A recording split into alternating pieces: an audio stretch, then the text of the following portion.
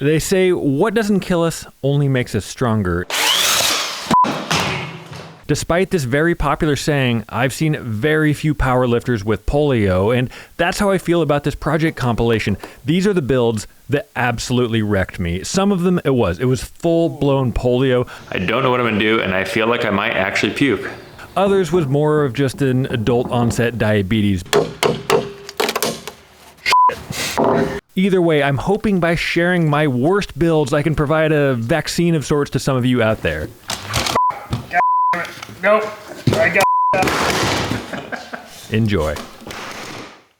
What I am attempting to make here is a 3-table package. All 3 tables are going to be going to the same customers. They ordered a dining table, a desk, and a sofa table, all to their specific measurements. And since they're all going to the same customer, I thought it was important that all 3 slabs come from the same tree so they match very closely. The total cost of all 3 tables is $30,000 US. The cost of these 3 slabs here was about $4,500.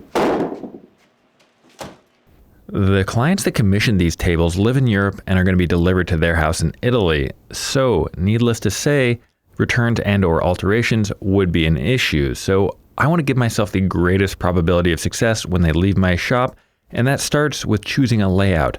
I never want to just choose a layout that I like, have it show up to a customer and have them hate the layout. So the very first thing I did was wheel these outside where I had a little more space, made a series of templates, and then had a video call with the clients, and we chose the layout together, and then I just marked it with some sidewalk chalk. In my virtual epoxy workshop, we have a pretty in-depth chapter just on choosing a layout. We talk about what makes a good layout, and I think more importantly, what makes a bad layout. And one of the things that makes a bad layout is straight edges. I always want to have that natural edge touching the epoxy. You see a lot of horrible epoxy tables out there where they just lop off a section and put it right in the middle of the quote river part. And I think that looks ridiculous and really is one of the things that can separate you from making an average table from a really, really nice table.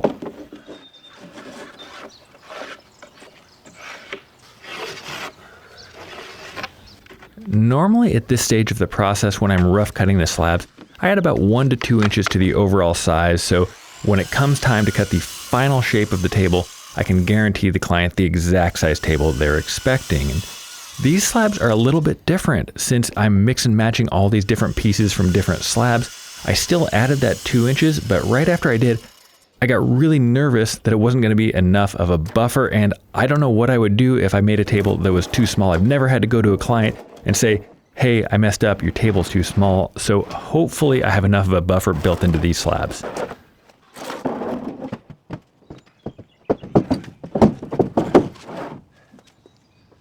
Whenever possible, I prefer to wait to have these slabs surfaced till after I have them rough cut into the smaller pieces like I'm showing here, and this really minimizes the amount that you're going to have to take off the slabs and maximizes the finished thickness of your table. And at this point, all I'm doing is skip planing, which means just removing a little bit of material, and this will enable it to sit nice and flat in that epoxy mold. When you surface these slabs for the first time, you get a really good idea what the grain and color is going to look like. And these had some amazing light streaks in it, which really reminded me of a round table I did a few months back, but that table actually didn't turn out very well, so hopefully these go better.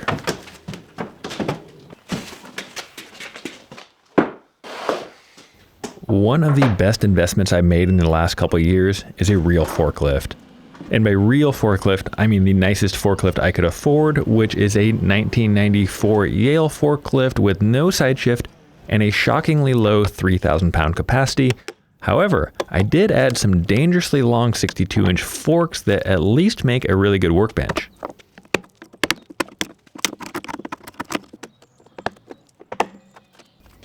If you are considering building an epoxy table, this is one step that you really don't want to skip, and unfortunately it's a step I see a lot of people skipping. They either intentionally leave the bark on or they just do a poor job on this cleanup because it's not a very fun part of the process. But if you don't get a nice, perfectly clean, solid wood edge, your slab could potentially delaminate down the line, and I do know people that this has happened to, and some people say they've done it and it turned out fine, but that doesn't mean everyone's going to turn out fine.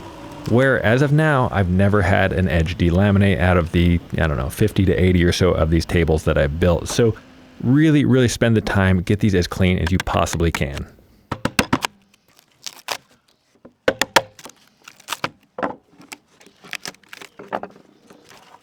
I know I said the bark removal isn't very fun, but I will admit that piece was pretty satisfying, but they never come off that easy. And the rest of it is absolute agony. I hate this. It is worse than sanding, which is saying a lot. There is only one good thing that comes from this entire process, and that is after I am all done, I have a big dusty mess. I can get the leaf blower out, blow it into the neighborhood, which inevitably upsets a ton of people in the comments that feel bad for my neighbors. They let me know in the comments, which in turn helps my video, so that is the one positive that comes out of all of this. If that last comment left you slightly paralyzed over your keyboard because you want to tell me how much you don't like me, but you also don't want to help my video, you can always thumbs down this video, but YouTube also kind of sees that as a form of engagement, so that in turn helps my video. So the best thing you can do is probably to go watch like 20 of my videos, but leave after 10 seconds. That's about the worst thing you can do when it comes to telling YouTube, I don't like this guy's content. And if you happen to fall into the other camp and you find this content mildly interesting and you wouldn't mind seeing more of it, I would really appreciate it if you hit that subscribe button. This grain orientation here is one of my all-time favorites. I've been fortunate enough to have similar layouts on past tables, and this really light linear movement along the edge just looks amazing next to this black epoxy. I would hate for something to happen to this table and render it unusable before it even got to the client. Some table layouts really just click together like that console table I just showed you. Other ones you have to finesse a little bit more, and this slab was just a little bit too small. I didn't want a whole edge of epoxy on that left side, so I found this other offcut. And I spent a lot of time just to get this one little piece that was maybe, I don't know, 6 inches by 8 inches. And to get it to fit in there a little better, I filed that edge down and then cut it a little bit oversized. And I think this is going to look really good, but it just wasn't quite as clean as that console table. If you've seen my videos before, there's a good chance that you know that I am kind of known for these epoxy tables. It's really how I got my start on YouTube, and I certainly wasn't the first person to make an epoxy table, but I've been making them longer than most people. I think my first table was in 2016 or so, and in all those years, I've had a lot of successes and I've had a ton of failures, and it is through all of those successes, but more so all of those failures, that I was able to create a virtual epoxy workshop. It is about a 3.5 hour long masterclass format where I take you through every step to make a wood and epoxy table in your home, shop, or garage. And all of those failures have hopefully enabled me to teach you something to avoid having these same disasters that I have had. It's something I'm incredibly proud of. And in those 12 months, I have sold thousands of these, and I am constantly blown away and flattered by the comments that people give me, telling me that they would have never been able to make an epoxy table in their home shop without this course, which I don't entirely believe, but I do believe they would have had some of those same disasters that I've had. If you've already taken the workshop, or maybe you watch this video and then decide to sign up, you'll notice that some aspects of this video are different than that course. And that is because I am continually trying to find a better, faster, cheaper way to get the best possible result. I don't want to just rely on my system being good enough. I feel like there's always a better way or room for improvement. And once I find that better, faster, cheaper way, I continue to update that virtual course so you'll always have access to the latest information. I will never release a virtual epoxy workshop 2.0. There's just one workshop, and I will continue to evolve as the years go on. Here is a good example of something I could improve on. Since these slabs are just rough cut, they're not perfectly square, and apparently I forgot that because when I measured the length, I only measured from one side and had a little bit of a taper to it. So my overall form, I built just a little bit too small. So normally I'll put this wall directly on top of the form, and now I had to mount it to the side, which is inherently weaker, and I might get a leak. But luckily, I know how to stop a leak, and spoiler, I'll show you in a little bit how to do that. I just realized that I forgot to put mold release on this piece before I caulked and nailed it in. I really should probably remove it, put the mold release on, reattach it. But there's a lot of caulk in there, there's already nails in it, and more importantly, I just really don't want to. So we will see how hard this is to remove later, and you can just say, I told you so if it is a nightmare.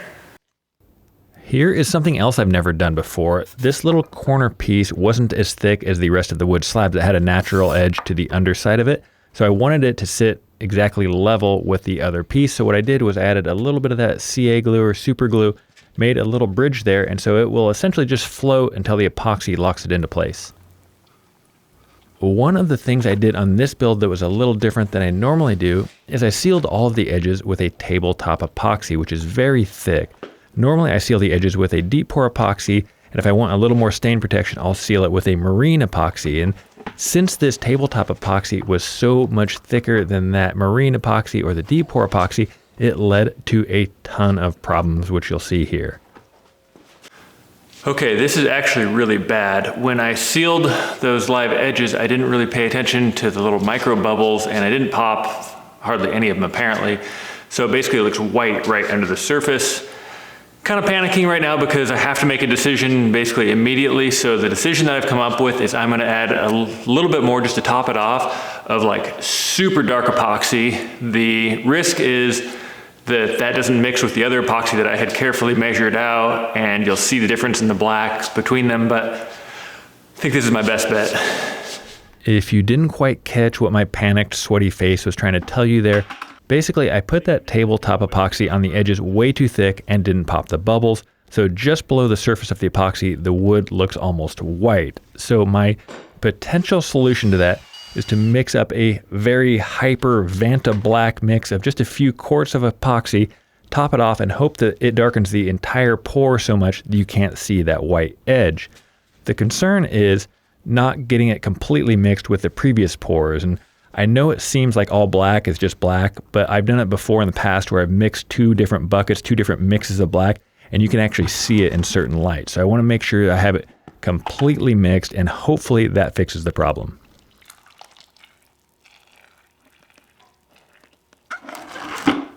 If you are one of those people with a thirst for excitement, if you like base jumping and shark diving and ice climbing and meeting people from the internet, I highly recommend trying 3 epoxy pours at one time. It is incredibly exciting. However, if you are not one of those people, and I am not one of those people, I highly recommend sticking to just 1 epoxy pour at a time. It's probably best. Okay, big surprise. We did get a leak here. It doesn't look great, but hopefully we can get it stopped. I've had good luck doing the infomercial method, flex paste, in the past. Oh, good. It's completely hard. But I was able to get down to the core, and there might be just enough of it that'll work. Okay. All right, you want to dry it off the best you can. And then just goop it on. Screw it. Got another one down here.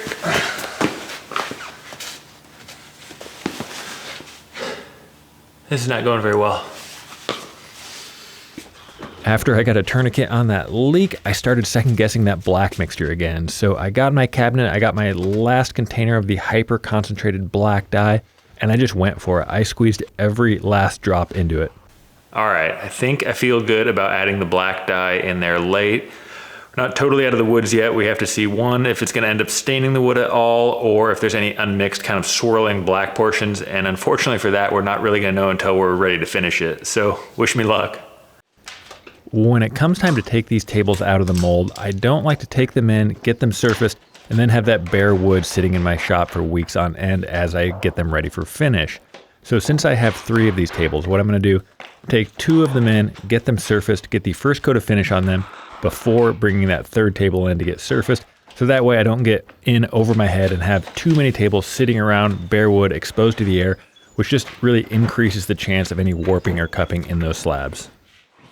This here is a pre-made form from Concept 13, where most of the pieces I make are custom sizes. I make a lot of desks, and they're almost always 30 by 60 inches. So this form is just over that 30 by 60 inches, and I'll include a link to their stuff below. If you're intimidated by making forms, if you're afraid of getting a leak, pre-made form can be a great way to go, especially if you do a bunch of repeatable projects like charcuterie boards, which I don't think I'm saying that right. Just call them serving boards or things like that. I've talked about this in past videos, but people keep asking me, where can they find an industrial shop, or where can they find a small, medium, or large shop near them that will rent their shop or tools out to them by the hour? And about a year and a half ago, I just went ahead and I made that website. It's called makerbook.io, and believe it or not, this is not an ad because MakerBook does not make me any money. It's free for everybody to use. There's no ads on it, and maybe eventually it'll get popular enough that I can not pay hundreds of dollars a month in Google API fees, which I don't even know what that is, but that's how much it costs me every month just to operate. But it's a small way that I can give back to you guys for all you've done for me. So makerbook.io if you're looking to rent out shop space or shop time or just random tools. Speaking of doing things for you guys, I didn't want to talk about this earlier in the video because I wanted to weed out some of the riffraff that might just tune in, see if I'm giving something away, then leave. But that is exactly what I'm doing. In my next video, I'm building a massive coffee table for a customer. So as part of that video, I thought it would be cool to build a scaled down version of the same table and then just give it away to one of you guys. It is a really, really beautiful table, and it's not that small. It's still like 30 inches by 30 inches square. It's Mappa burl with a custom walnut base, and I would probably charge somewhere from $9,000 to $11,000 or so if a customer commissioned this table from me. And don't worry, I won't say it's worth $11,000 in case you get audited, but it is a legit beautiful table, just as nice as anything that comes out of my shop. It is free for everybody to enter. The shipping is included worldwide, and there is a link to that giveaway in the video description below.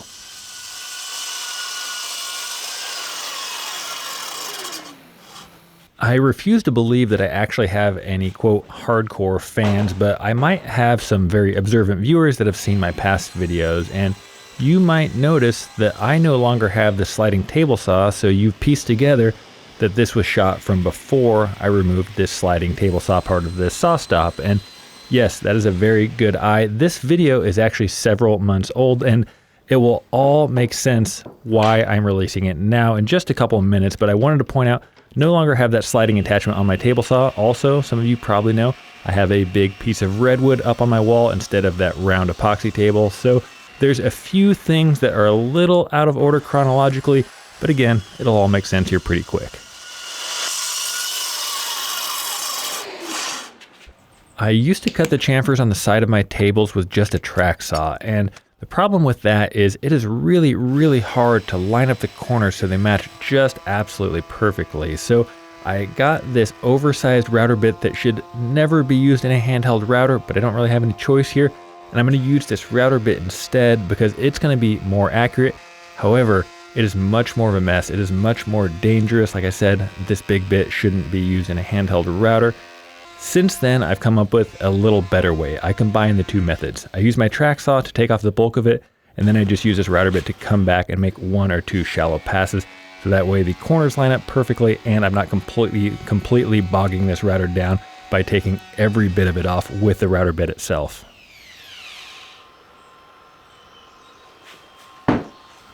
After I got my shop back into relatively serviceable working order, I was ready to try a new challenge. This is something that I had never attempted before. These pins are left when they check the slab for moisture content. They drill holes, hammer this thing down into the middle of the wood, and this gives them a very accurate moisture content reading at the core of the slab. But they look pretty ugly, so I wanted to try to match that wood as closely as I could. I didn't want to just put some wood dust and glue in it or put epoxy in there. I wanted to try to make them invisible. So I cut a few different fillets off of this offcut so I could have a few different colors to choose from, and then I just ripped a few toothpick sized pieces, and these are what I'm going to try to use to fill those holes. Probably the most difficult part of this is these are actually different than a toothpick in terms of the toothpick has the grain running the long way, so it's really strong. These actually have the grain running the other way, so that way it will most closely match the grain on the top of the slab. Problem is, it makes them extremely fragile, so I have to tap them in there without breaking them, let that glue set up, and hopefully I did a good job.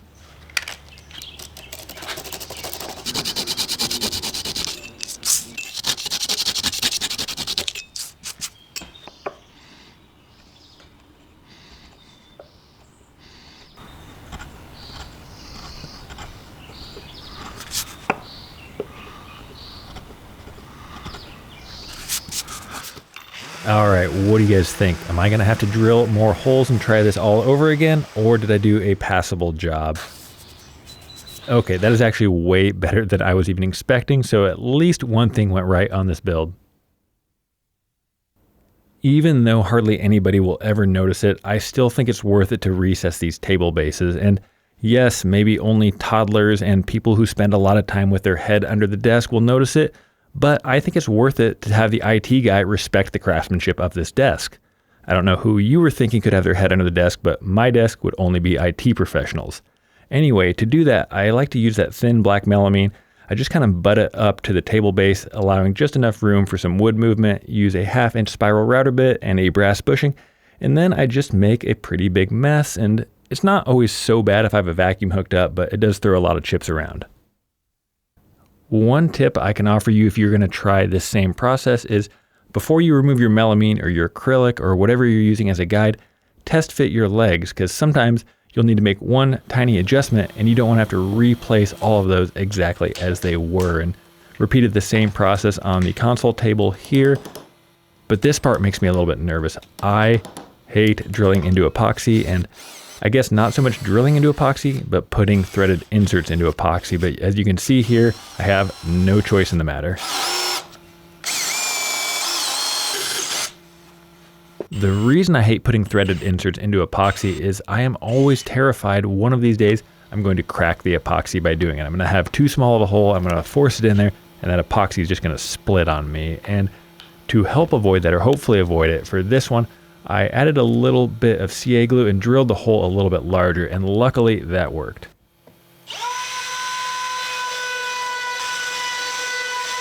About now, I was starting to get pretty excited. I had been working with these clients for over a year at this point, and my original timeline to them was 1 year, and we were going to be well past that anyway, but I was almost done with 2 of these 3 tables. I still had the dining table to go, but getting 2 of these tables done was a huge weight off, and I could really see the finish line in sight. Starting to get pretty excited. There was a bit of sanding, but again, I was excited. I was almost done, so even the sanding didn't seem that bad to me. Just before I started this 3-table build, I had the biggest woodworking disaster of my career. I was doing a collaborative build with a friend of mine where he was building the base and I was building the top, and I had this amazing 55-inch walnut slab, and I got all the way finished. My friend got all the way finished with his base, and then I found trapped moisture in the slab, which basically rendered it unusable. And as I was looking at this slab, I was noticing these yellow streaks, which reminded me of the yellow streaks in that slab, so I decided to give it a quick check.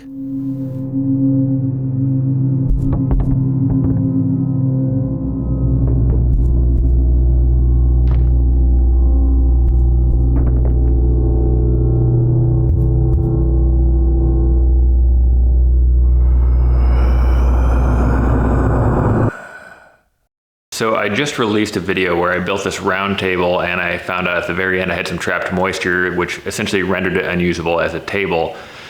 Almost ready to finish 2 of the 3 tables here, and thought, you know, maybe I should double check these just to be sure. So got out the moisture meter and found pockets of trapped moisture, which basically renders these unusable, and I have no idea what I'm gonna do. I talked to the wood supplier. He said he's going to come out, see if they can figure something out, but I'm so far into this project and basically have nothing to show for it, and there's no credit they can give me that would make this right. So I don't know what I'm going to do, and I feel like I might actually puke. This is a bad string of really hard lessons I've learned. I said in that roundtable video I'd never buy slabs again without thoroughly inspecting them with a moisture meter. That was filmed after I'd started this project, so kind of just hammering home that particular problem, and yeah, I no idea what to do. The first thing I did after this was I called Aaron, the owner of Gobi Walnut, where I bought this wood, and explained the situation, and he said, "What can I do?" And I said, "I don't know, but come up here and talk to me on camera so I can at least make a video about it." And he headed straight over, and I asked him a lot of hard questions. I asked if I was to blame, if he was to blame. I asked if these tables were at all salvageable. I asked, how does something like this make it out of your shop? I asked, how have they handled this in the past? How common is this? And also asked a bunch of questions that you guys asked me in that last video where I had the problem slab. So if you want to watch that full video, it's up on my other YouTube channel, Blacktail Studio Uncut. It's about 10 minutes long, and I think it's really interesting. I'll get out of the way. So where do we stand today? Well, right after this happened, I reached out to the clients and explained the situation. And if you'd like a little behind the scenes look at what they actually thought of all this, I have an additional interview with them on my other channel as well. But I suggested not attempting to reuse these bad wet slabs and start fresh with new wood. And I did find some amazing slabs. However, they were about 3 times the cost as the slabs that we bought. Aaron from Gobi agreed to replace our bad wet slabs with these new slabs at no additional charge though. However, they were going to take a few months to get dry. And that's where we're at today. Those slabs are finally dry. Allegedly. I will be checking them thoroughly myself, but I am just about ready to start work on those slabs. So that is where we are at today. I'd like to believe that I always give my best effort on these projects, but those clients were so understanding and so nice to deal with through this whole process that I have to admit I did put additional pressure on myself to really knock this one out of the park. So we'll jump right into what I call the redemption build. Some of you are probably wondering, how do you guarantee you don't have the same exact problem with trapped moisture that you did last time again on these slabs? And the answer is embarrassingly simple. All I have to do is check the moisture content with a pinless moisture meter. And this one's by Wagner. It's the Orion 950, and it's an investment. It's like $550, but it could have saved me anywhere from $4,000 to $30,000 depending on how you look at that last build. So I make sure every single slab that I buy now is checked, not just in one spot, but in multiple spots. Feel good about it? I feel good about the moisture content of this wood at least. I will say my wood supplier, Gobi Walnut, really stepped up. He said, hey, what can I do to make up for those slabs that weren't properly dried? And these slabs were even nicer than the last ones, but they cost almost triple. These 2 slabs were about $12,000. And I said, if you really want to make it up to the clients, you can give them these slabs at no additional cost. And he said, absolutely, no problem. So in the end, the client is actually getting wood that is much, much nicer at no additional cost to them. Stop. I didn't even stop it. I was letting it go. After I composed myself from nearly dropping a $6,000 slab of wood minutes into ownership, I got to work on choosing the layout. And this is exactly what I did on the previous build with these clients, so they knew what to expect. And this is a lengthy process. This can be a challenge because you have a husband, you have a wife, and you have a woodworking YouTuber that all think that they know best. However, they're paying me, so I do my best to help them make the best decision for themselves. Because in the end, the decision really is on them and they should get exactly what they want. But it's my job to help them make that decision. And it's a fun process. I actually really enjoy doing that. And these clients were great to work with. There's a lot about these builds and these videos that I can't control. I really can't control the finished color tone of the wood. I can't control how long these slabs take to dry in the kiln. I can't control how many people comment saying, how dumb do you have to be 12 months into a $30,000 project and not even check the moisture content of the wood? That sounds suspicious. We think that you're lying just to get more views. Which, by the way, I really wish I was lying about that, but I am, or at least I was that dumb. However, one of the things I have total control over is how methodical and how delicate I am cleaning up these slabs, because I really think that separates the okay tables from the extraordinary tables. And that's why I really take my time. I want to make sure I don't break off any chunks and keep it as absolutely as natural as possible. When you plane it, is it gonna go through the other side? No, I think we still have plenty of room there. Went through. Okay, if my customers are watching, that one was also out of my control. The rest of the slab clamp, though, that is within my control. Anyway, after that last video debacle, I had the people from Wagner Moisture Meters reach out and they said, hey, what about this upcoming redemption video? Can we be a part of that one? And I was like, well, people like free stuff and I like my viewers. Do you want to give away some stuff to my viewers? And they're like, yeah, we do. And so they have put together a prize package. I think there's going to be 3 winners. Again, these moisture meters are like $550 a piece, so there's going to be at least 3 of those, and I think they're throwing in some more stuff as well. So there's a link in the video description if you want to check that out. Makes me a little nervous. What do you think? You'll be fine with paddles. Only if there's a video showing what could happen if a jointer accident goes bad. I think we'll be fine. That was a quick clip from my woodworking accidents in slow motion video that I did a few months ago. That's a great watch if you love woodworking and hate falling asleep peacefully at night. The reason I was so needlessly doing that sketchy operation on the jointer is to get this perfect fit on the complementary piece for the console table. And anytime I do any dangerous acts on a YouTube video here, I always worry that someone's going to watch this video and do the same thing and have a horrible accident. And I have to say, if you do that, make sure the camera's rolling and tag me in the comments.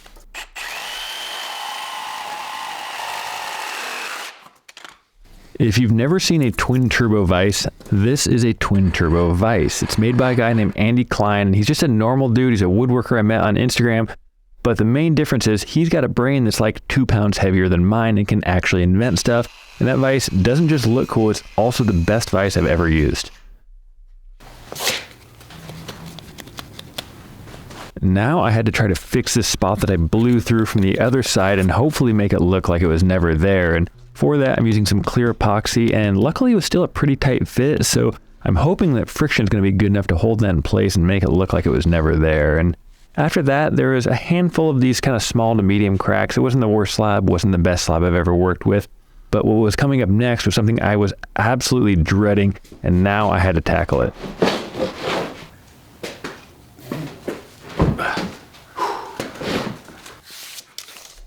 I know it sounds counterintuitive, but building a full 8-foot epoxy table form is actually easier than doing just one of these corners. And this corner is only about 2 feet by 18 inches or so, but it is much more difficult than just building a big form, dropping your table in and pouring the epoxy. The advantage, of course, is I'm using much less epoxy, which I love. The problem is, it is tough to get a perfect seal around an odd shape like this. You're bound to get leaks, and then when you surface it, you run into a whole bunch of problems there as well. If you've been considering building your first epoxy table, or maybe you want to get a little bit better at making these tables to try to generate some revenue and pay for this expensive hobby that we have, I highly recommend checking out my virtual epoxy workshop. It is over 3.5 hours long, it's 32 chapters, and actually after that last video debacle, I ended up adding 2 new chapters just on the wood buying process. I added 2 additional chapters on the wood finishing process because as I learn more, I continue to update that workshop. I'll never do an epoxy workshop 2.0 and make you pay more.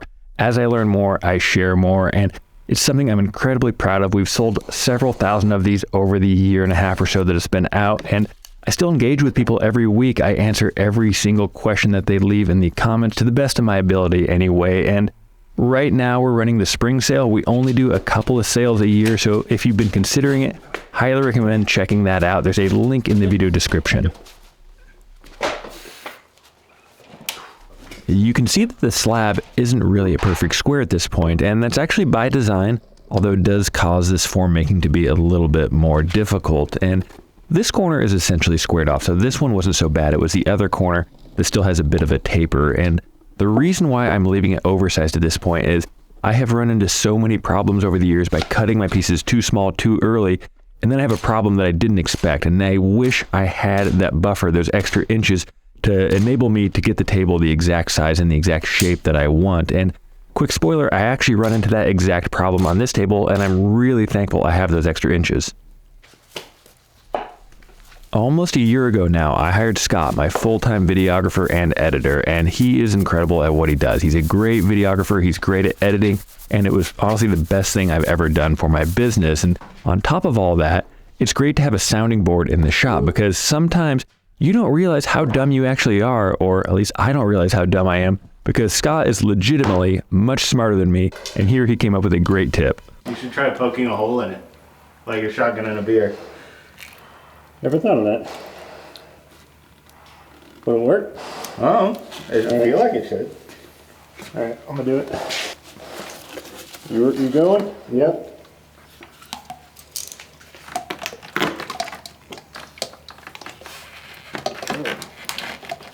All right, we're shotgunning. Oh my God. Oh my God. Look at it go. Look at it.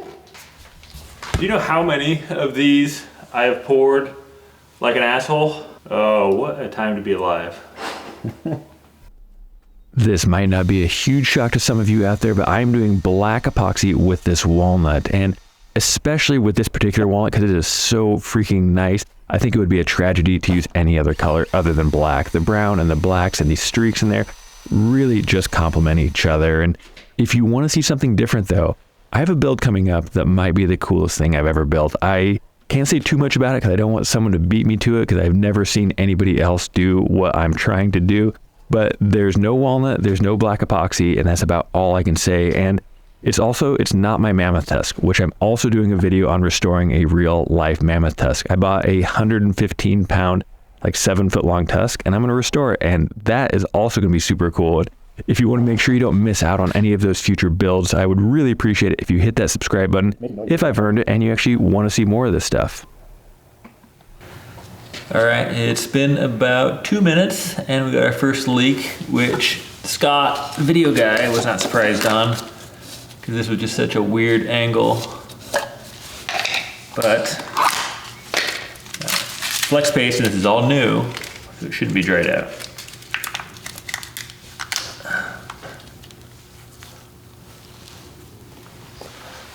All right, let's see if that lasts. If you want to try to build one of these epoxy tables, one of the best tips I can give you is to get some of this flex paste and keep it on hand just in case you get a leak. I often get a lot of comments from people that say to just use that roof patch stuff, and that roof patch, that tar type stuff, is meant to hold water out, not to hold water in. And I've tried it and it does not stop epoxy in the slightest. So do yourself a favor, get some flex paste. Also, if you want a favor on which mold release to use, I learned a hard lesson because I tried to buy some cheap stuff, and here is the one you do not want to use.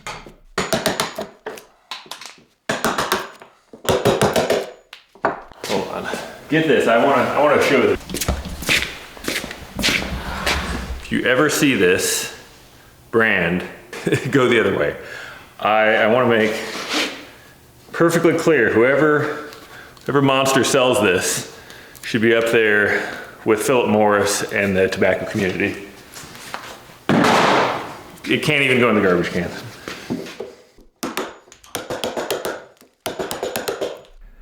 I will leave a link to a mold release that I do like and I know works in the video description, and that will be an affiliate link. However, if you are tired of YouTubers taking money out of the pockets of the Jeff Bezoses of the world and you do not want to support my channel, definitely do not click on those video links and just do a standard Google search instead. I got everything loaded up to go to Creative Woodworking Northwest, a place up in Portland that rents me time out on their big industrial machines. And one of the caveats you have to using these machines is they say if you hit metal, it's like a $300 charge because it tears up their belts in the sander and they have to fix a bunch of things and can even break the blades in the planer head. And one of the exceptions, luckily I learned, is that lead is acceptable, and that's what we found there. And I thought this was perfectly fitting because we found a lead bullet, and this is going to Europe, and Europeans, everybody knows, loves guns. So they got a nice little surprise for their table there. I actually thought the bullet was really cool, and I was hoping the clients would let me keep it in the table, so I was banking on them knowing US knowledge about as well as I know European knowledge. And so I told them it was most likely a Civil War relic and definitely not some drunk redneck that shot at a tree because it resembled his ex-wife. I know not everybody works with slabs every day like I do, but this wood at this point was starting to get me pretty excited. It was really genuinely some of the nicest wood I've ever even seen, and once you run it through that planer, you can really start to see how the colors and the figure are coming out. And there was, I don't want to say a problem, but an issue that I needed to address with this one. This had this big natural void, and it's going to be on the underside, but it was right where the table base was going to be mounted, so I didn't want to have bolts running right into that epoxy. Probably could have gotten away with it, but I think this is going to be a much better long-term solution. This big void is a situation, like I mentioned earlier, that I don't really have control over. I can't control where there's a big bark inclusion or a knot hole, and when I first started taking commissions, one of my first big orders was from an interior designer, and I had done a horrible job managing her expectations leading into it. And so as I got the wood surfaced, I showed her some knot holes, and she just told me, I don't like those, they shouldn't be there. And I didn't know what to tell her. I was like, okay, let me do my best to remove this knot hole. And that's my fault because I did not manage her expectations. I did not tell her that this is a natural product. There's going to be things that come up, some things that are even man-made that are unexpected, like that bullet. We just have to do our best to work around them and to work with them. And that's what I'm doing here, is I'm essentially making a big solid wood inlay so I have a perfectly secure mounting point for the table base.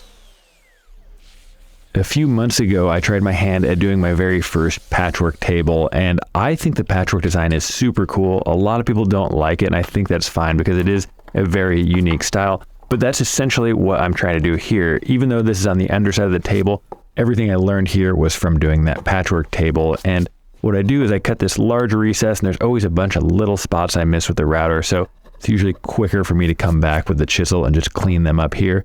I do need to square the corners off because the method that I use needs nice sharp corners, so I cut everything to a perfect 90, and then I use my table saw to trim it down to the exact size. And this really only works if you have a very accurate table saw, so I'd make a few cuts, and I can see there it's just barely wedges in there, and then I use my miter saw to cut the other edge, and now I'm just hoping it's snug but not too tight. But you really only get one chance at this, so you have to get it just right. And I felt like I had it about right there. And when you're doing an inlay like this, it's always useful if you can have a slight chamfer or bevel on the underside. And this was such a big piece, I decided to use my 45-degree router bit. And this will, 1, enable it to go in a little bit easier, but 2, give the glue somewhere to go when you put it in. You guys probably don't realize that there is a lot of footage that goes into these videos for this 3-table package. We had about 8.5 hours of footage, and I'm always trying to work on getting more efficient because I actually keep all my footage forever.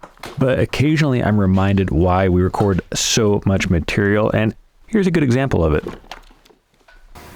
Sound is on. All right, what is first? I'm going to smooth out the big patch with the belt sander. After that, we'll put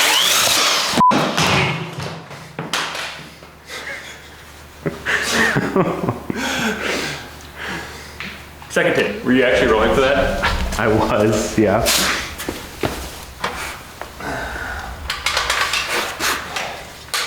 Disengaged. All right, let's try this again.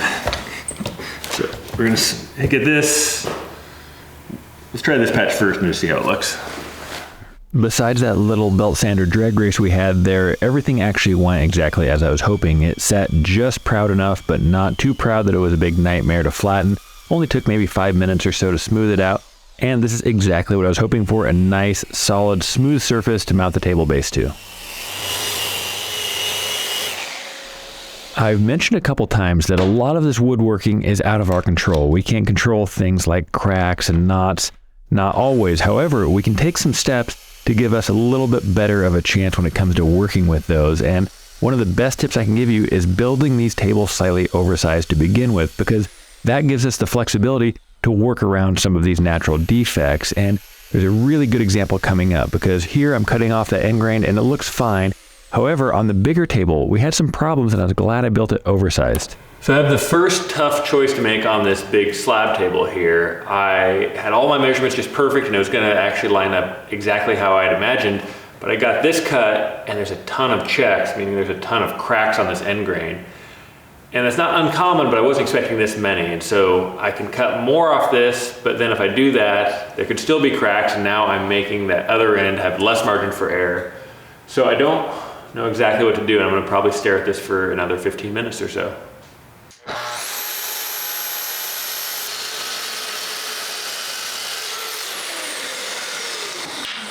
Well, I think I made the right decision. I got rid of a ton of the checks over here. I got the big cracks, which I knew those were gonna stay. A couple small ones left here, but feel good about the decision.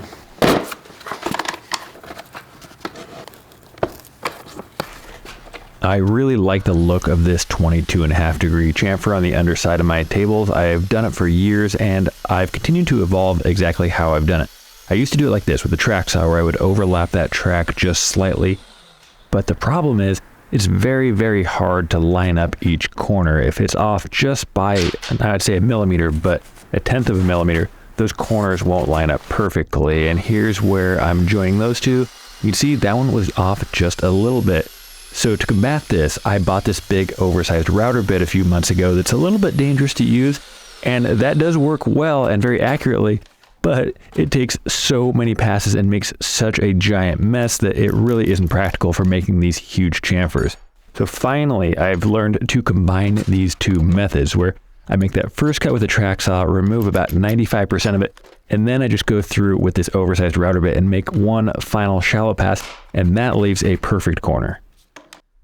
Some of you have probably noticed something about this video that's a little bit different than most of my past videos, and that is that everything is actually going pretty well so far. And other than my belt sander long jump competition, I haven't really had any major problems. This dining table shaping up exactly as I was hoping it would. I haven't blown up any router bushings. Doing the edge profile on this desk, everything was looking good. Everything until I got to do the edge profile on the console table. Then we ran into the problem. I feel like sometimes I tend to be a little dramatic when I'm talking about these problems I have with these tables. This is not going very well. Kind of panicking right now, and I feel like I might actually puke. They're all genuine concerns and genuine problems, but I'm gonna try not to overdo this one, but it really isn't good. Basically, this wood has twisted on me, so it's not just got a little bit of a bow in it, it's got a twist, and I think the only thing I can do from here is actually take it in and get it CNC'd and resurfaced, and then hopefully it'll stay flat after that, but it's not great.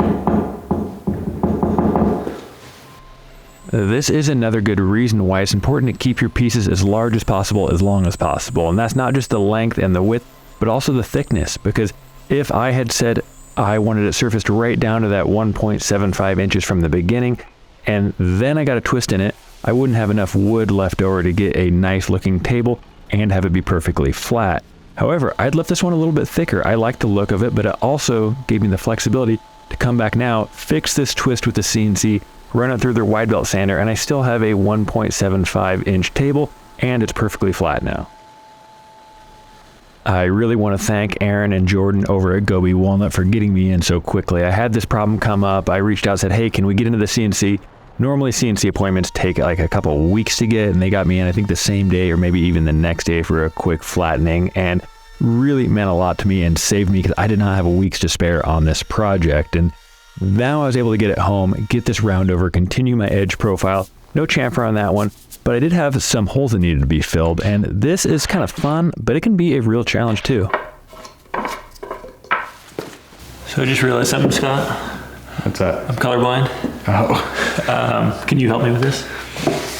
Yeah, I think that one's a little more red than that. What about these? Like that. Hold on, I got an idea. I'm on the camera, you're Say like right about that spot. here? Yeah. Kind of the same. Yeah, kind of the same area in here.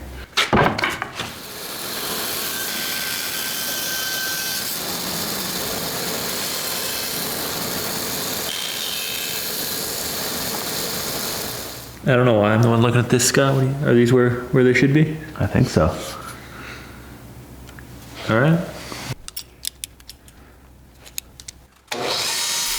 This method to fill small holes was really fun and kind of challenging and a new skill to learn, but I actually found a better way to do it, but it doesn't work for every single hole, and I'll show you that method here in a couple minutes. But for now, all I'm doing is making a toothpick that runs across the grain essentially, so it can hopefully keep the grain running the right direction and get a nice snug fit there. And this is always a bit of a challenge. I've done this before. Sometimes they break, sometimes they don't, and sometimes the wood just doesn't look as good as I thought it would. Think it's gonna break? This one I think you'll be good. How about that one? That one I think will break. Ah.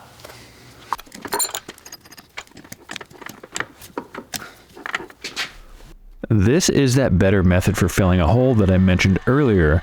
This is called a plug cutter, and I used to use these a couple of years ago, but I haven't used it in a long time, and I realized I was actually using it incorrectly at first. What you want to do is you want to go all the way down like I do here, and that creates a nice slight taper, and that's kind of the magic of these plugs, because if you drill a 1/4 inch hole and it's off by 1/100 of an inch or so, this plug continues to taper, and so it'll just keep going down until you get that perfect fit. And it's really quite genius because no drill bit, no router bit are ever exactly what they say they are. It's not going to be exactly 0.25000. It's always going to be off by a little bit, and this plug makes up for that.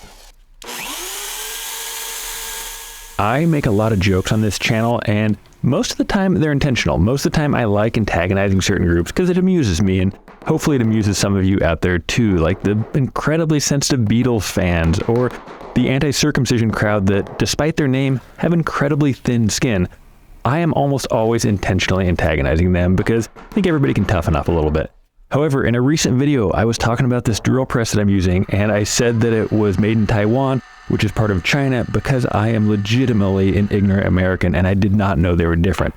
I looked it up, and Taiwan is named the Republic of China, and China is called the People's Republic of China, which are incredibly different things apparently, and I genuinely do apologize to anybody I offended there, because that was legitimately me just being dumb.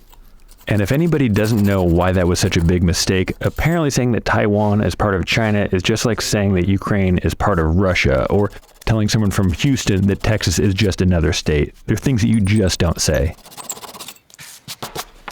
If I didn't mention it earlier and you're wondering why are there so many holes in the slab, these are all pins where they check the moisture content of these slabs that are drying, and since in that last video we had such a problem with the trapped moisture in the wood, they wanted to make extra sure the slab was extra dry, so there was more pins than there normally is, and I didn't love it, but I did love having perfectly dry wood that we knew was completely dry all the way through, so I was fine filling a few of these holes, and you can see they're not perfect. If you know where to look, you can find these, but they are about as good as I can do.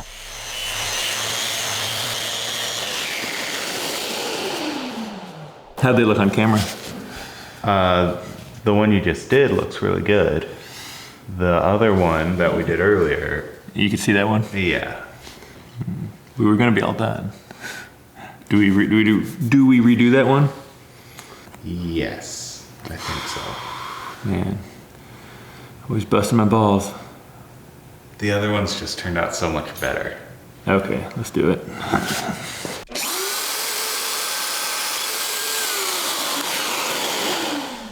In the few years that I've been woodworking professionally, one of the things I've never regretted is taking the extra time to fix something that I knew I could do better. I've regretted not doing it plenty of times, but when you think, oh, this is gonna take me another 20 minutes, this will take me another hour, this will take me another day, you're never gonna regret spending that time, but you might look at a finished piece and realize, you know, I could have done better, I wish I would have just made it right, and I think this is a really good example of one of those pieces. Well, I did my very best, but I know some of you are gonna say, hey, I can see that dot from here, you did a horrible job. Well, guess what? This is a natural dot, the wood. These are the plugs that we filled that you didn't notice, so f*** off. All right, apparently the Beatles fans aren't the only ones who can be sensitive, and anyway, I needed to find a way to fill these cracks on the end of the table, and I didn't want to just fill them aesthetically, I actually wanted that epoxy to soak down into them and really help hold them shut, because some of them went fairly deep and most of them weren't very wide, so I had to just kind of feather this epoxy down in it and probably spend a good couple hours just coming back every so often and just trickling in a little bit more of this epoxy. And I did add some bow ties to the underside for a couple of the big cracks. Didn't show that in the video because basically just me adding a couple of bow ties, and we've all seen that too many times, but this epoxy I did feel like was pretty important to really spend the time and get it soaked down deep into those cracks. This piece had a sneaky number of tiny cracks. When you stand back and you look at it, it looks like a pretty solid piece, meaning not a lot of rot, not a lot of cracks, not a lot of knot holes. However, when you get up very close to it, there was a frightening number of these tiny little imperfections. So I spent much longer than usual doing these. This is the CA glue. I highly recommend this thick gel CA glue. It works a little bit better than the thin stuff, which tends to just soak down into the wood. And it is kind of a fun process for the first 5 minutes. The next 3 hours, not so much. They make a black CA glue that's a really nice color, but I feel like it's a little too thin and it ends up soaking into the wood and actually stains the wood. So what I do is I mix that black with that gel and it makes kind of a medium thick version of that same black CA glue. Anytime I need to fill the holes that should stay black. Most of the time I just use clear, but I do like using the black when I'm touching up the actual epoxy itself.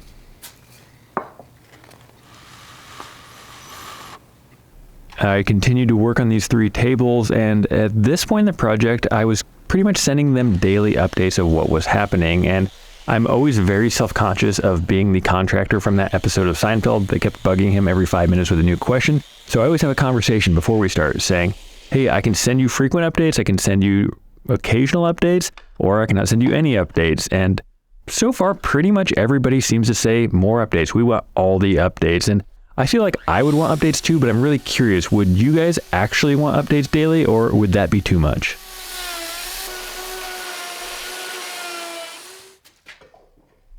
One of the nice things about having previously built all 3 of these tables is I already had all of the legs and the table base just sitting around waiting to be installed. I was a little nervous having to store these for an extra 8 months in a relatively small shop. Didn't want to get them dinged or chipped or anything like that, but somehow they managed to stay in good shape. Just had to recess the mounting plates there, had a nice fit. This one I was terrified getting it up and down the stairs. I was so worried that we were going to chip that one or dent it. And this is a spider table base. This is made by Bryson Steele. He's made a few of these for me in the past. This is really one of my favorite table bases for any of the dining tables I use.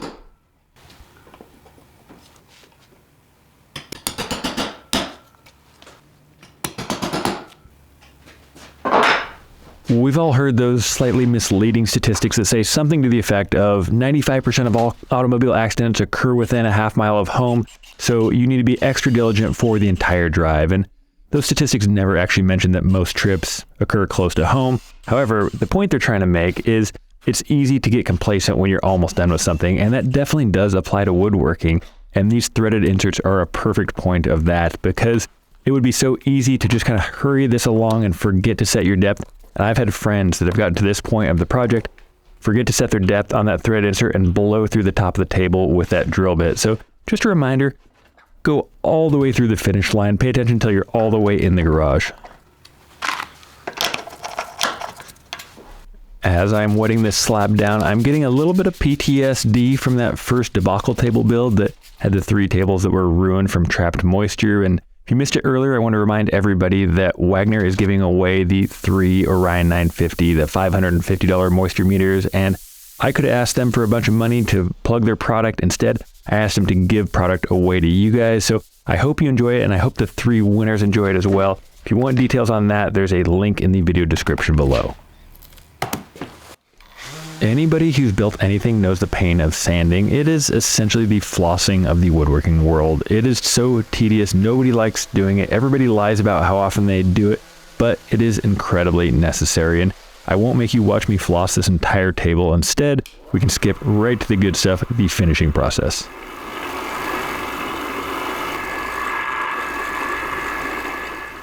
This piece of walnut was incredibly dense. It was very hard and very, very heavy, much more so than most black walnut pieces I work with. And in spite of this, it was very, very thirsty. It kept absorbing more and more finish.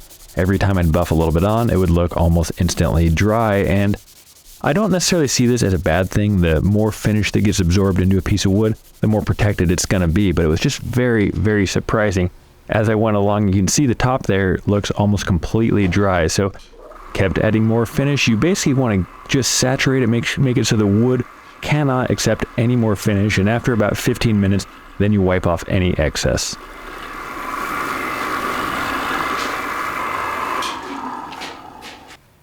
I wiped all the excess oil off the dining table, got that set aside, and got to work on the console table. And while I was doing these tables, I also refinished a set of coasters for these clients that I'm going to throw into the crate. It's just kind of a nice little surprise and a little bit of a thank you for them being so patient. And for the desk, I had an extra special guest. This is Eric G. He has a local home improvement show called Around the House with Eric G. And he asked if he could come film a segment. I said, I got to finish a desk. You want to watch that? And he's like, yeah, absolutely. So we talked shop while I finished this desk. And if you want any more information about him, I'll leave it in the video description as well. One of the silver linings to messing those first 3 tables up is if I would have finished those tables on schedule, that would have been before I had this N3 nano coating. And this is an absolute game changer for the woodworking world. This ups the contrast, this ups the sheen, but most importantly, it ups the protection. It's always the question everybody asks, how do I use this every day with my family? If they have kids, if they have spills, if they have rude guests, this is the way. I've been doing a ton of tests with it. I was recently doing a water test where I had a side-by-side comparison of just Rubio versus Rubio with the N3, and the water wouldn't even flow over to the side with the N3. It was a really kind of a trippy effect, and it's pretty simple to put on. I do have a how-to video over on my other channel, Blacktail Studio Uncut, and it's something I think is going to change the way we finish wood going forward. So here is the dining table first. This is some of the prettiest wood I've ever seen. I've never seen gray tones like this in walnut. It's amazing. It's beautiful. Here is the bullet for the Europeans. Oh,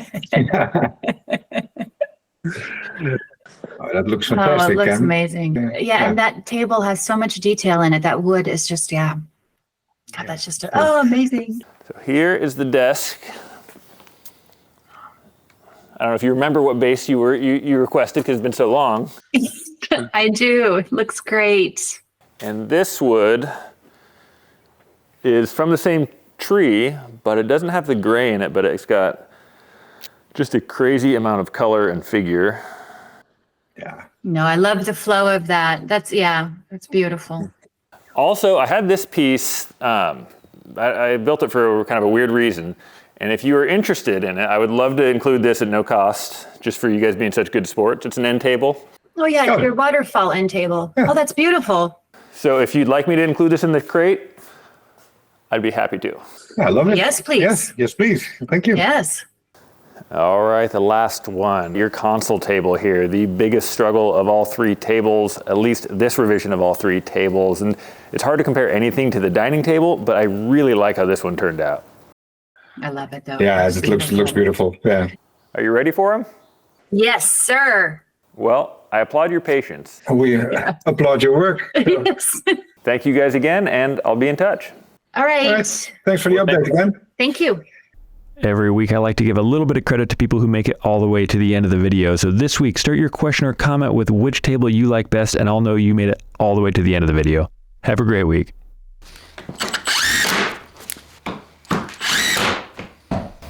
Ready to go. Sweet. Everything's in there. The end table, End table's in there? the leg levelers, Leg levelers in there? maintenance spray.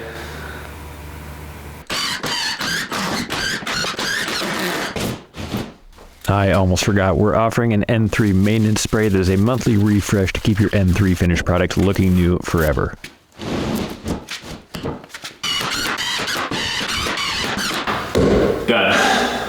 Got the coasters. If you're wondering, I did remember the coasters eventually, and I do think that story had a happy ending. It was a story that was about a year too long, and if I had to do it over again, I would have preferred not to have had the major mess up, but in the end, the customers got nicer wood, nicer tables, and they did make it in good shape all the way across the ocean over there to Europe. So in the end, I'm pleased with how it turned out, but just wish I would have done it right the first time. This next build, though, is actually not for customers, so you're wondering who could I possibly let down, and who I ended up letting down was a friend of mine who I was collaborating on this build with. A few months ago, I was up at Gobi Walnut picking a slab up for another commissioned table build I had, and I saw one of the wildest cookies I'd ever seen. And if you don't know the lingo, a cookie is just a cross-section of a tree, and this one came from a big, giant, rotted walnut tree, and I don't know why, but I just had to have it. So I paid I think it was $1,275, got my other slab, got this slab, and just set it aside because I wasn't even sure exactly what I was going to do with it. I just thought it would make a really cool table. And eventually what I decided to do was to collaborate with another local maker. So I am working with Sawyer Design on this particular build. He's a really, really talented craftsman, and he's going to build a custom bent lamb wood base for it, and I am going to finish the top for it. Then our plan was to put it on eBay, split the profits, and just go from there. So this is where we're at. We just have a big, gnarly, nasty cookie, and now I have to try to make something out of this. There is a certain camp of woodworker out there that believes it is never acceptable to cut the edge off of a live edge table like this, and some of these people can even border on fanatics. They remind me of those anti-circumcision people outside the hospitals that are protesting. And I can tell you an edge that's cut is going to be much easier to clean. Some would say more hygienic. And in my experience, women actually prefer it this way as well. When I'd first bought this slab, I'd planned on using the side with more cracks, more voids, more rot as the top of this table. And as I started working with it, I started second guessing myself and thought that I should actually use the other side, but I'm glad that I put it up for an Instagram poll because the results were overwhelmingly for the side with all the cracks and voids and rot, and in the end, I think it was definitely the right choice. And I thank everybody on Instagram that participated, because I probably would have made the wrong choice otherwise. And here's one wrong choice I did is I was using a dull jigsaw blade that was extra long, and I pushed extra hard. And I was double checking to make sure it was square, because I didn't realize I was just pushing way too hard and using a blade that was way too dull. So yeah, not the best circle you will ever see cut on a jigsaw. One of the major problems with this slab was all of these tiny little splits, checks, cracks, every type of defect in there that you can imagine was a part of this slab. And normally I can get in there with an angle grinder, my nylon wheels, and clean out the larger cracks like you see there. But this one had so many that I was not going to be able to reach. And I actually had no idea when I started this project how I was going to clean those out. As I was posting this on Instagram, just kind of going through the process of, hey, I got to figure out how to clean this out, a guy from Pure Space Dry Ice Blasting reached out and was like, hey, we can clean that up for you. And I'm like, all right, what's that? And what it is they shoot these tiny little dry ice pellets they can get into basically any nook and cranny, and they evaporate on contact. So unlike sandblasting that can leave a lot of junk around there, this just basically evaporates the second that it hits it. And traditionally they use this for like big industrial food safe cleaning. They clean like big stainless vats. They don't do a lot of this live edge cleanup. And I asked him, I was like, so what did this cost if I need to come back and do this? And he's like, oh, well, we can try to take care of you. And I was like, well, what's it cost though? And he said they have a minimum charge of like $1,500 for 4 hours, which doesn't really make sense for most wood slab cleanup process. And he said that they don't actually want to be in the wood slab cleanup game. He goes, you know what, just putting it out there, if some industrial shop happens to see your video, it could be good for us. So if you are an industrial shop and you want to check out Pure Space Dry Ice Blasting, they were great for me, clean my slab up, but not probably for your average woodworker. I mentioned that this slab is a cookie, meaning it's that cross section from the tree, which means that the entire piece is essentially end grain. And end grain, if you look at it under a microscope, is just like a bunch of straws. It's just ready to soak up anything that touches it. And that can be both good and bad. And for me, it's mostly bad because end grain pieces are extremely prone to staining. And since I love to use black epoxy, that black soaks into that end grain, and it could go all the way through the slab and have just these horrible epoxy stains throughout the entire thing. So because of that, I am sealing the entire piece with this liquid glass deep pour epoxy, and I'm end up having to do a couple of coats of this because this thing was so porous by the nature of that end grain that I had to keep basting it with this epoxy until it was completely saturated. I have learned a lot of hard and very expensive lessons working with wood and epoxy over the last several years, and I try to share all those hard lessons with you, all the tips and tricks that I've learned, things like being sure to seal your slab before you pour, especially end grain, because if you put black epoxy on it, it will definitely stain. Yes, that's a lesson that took me more than once before I finally figured it out.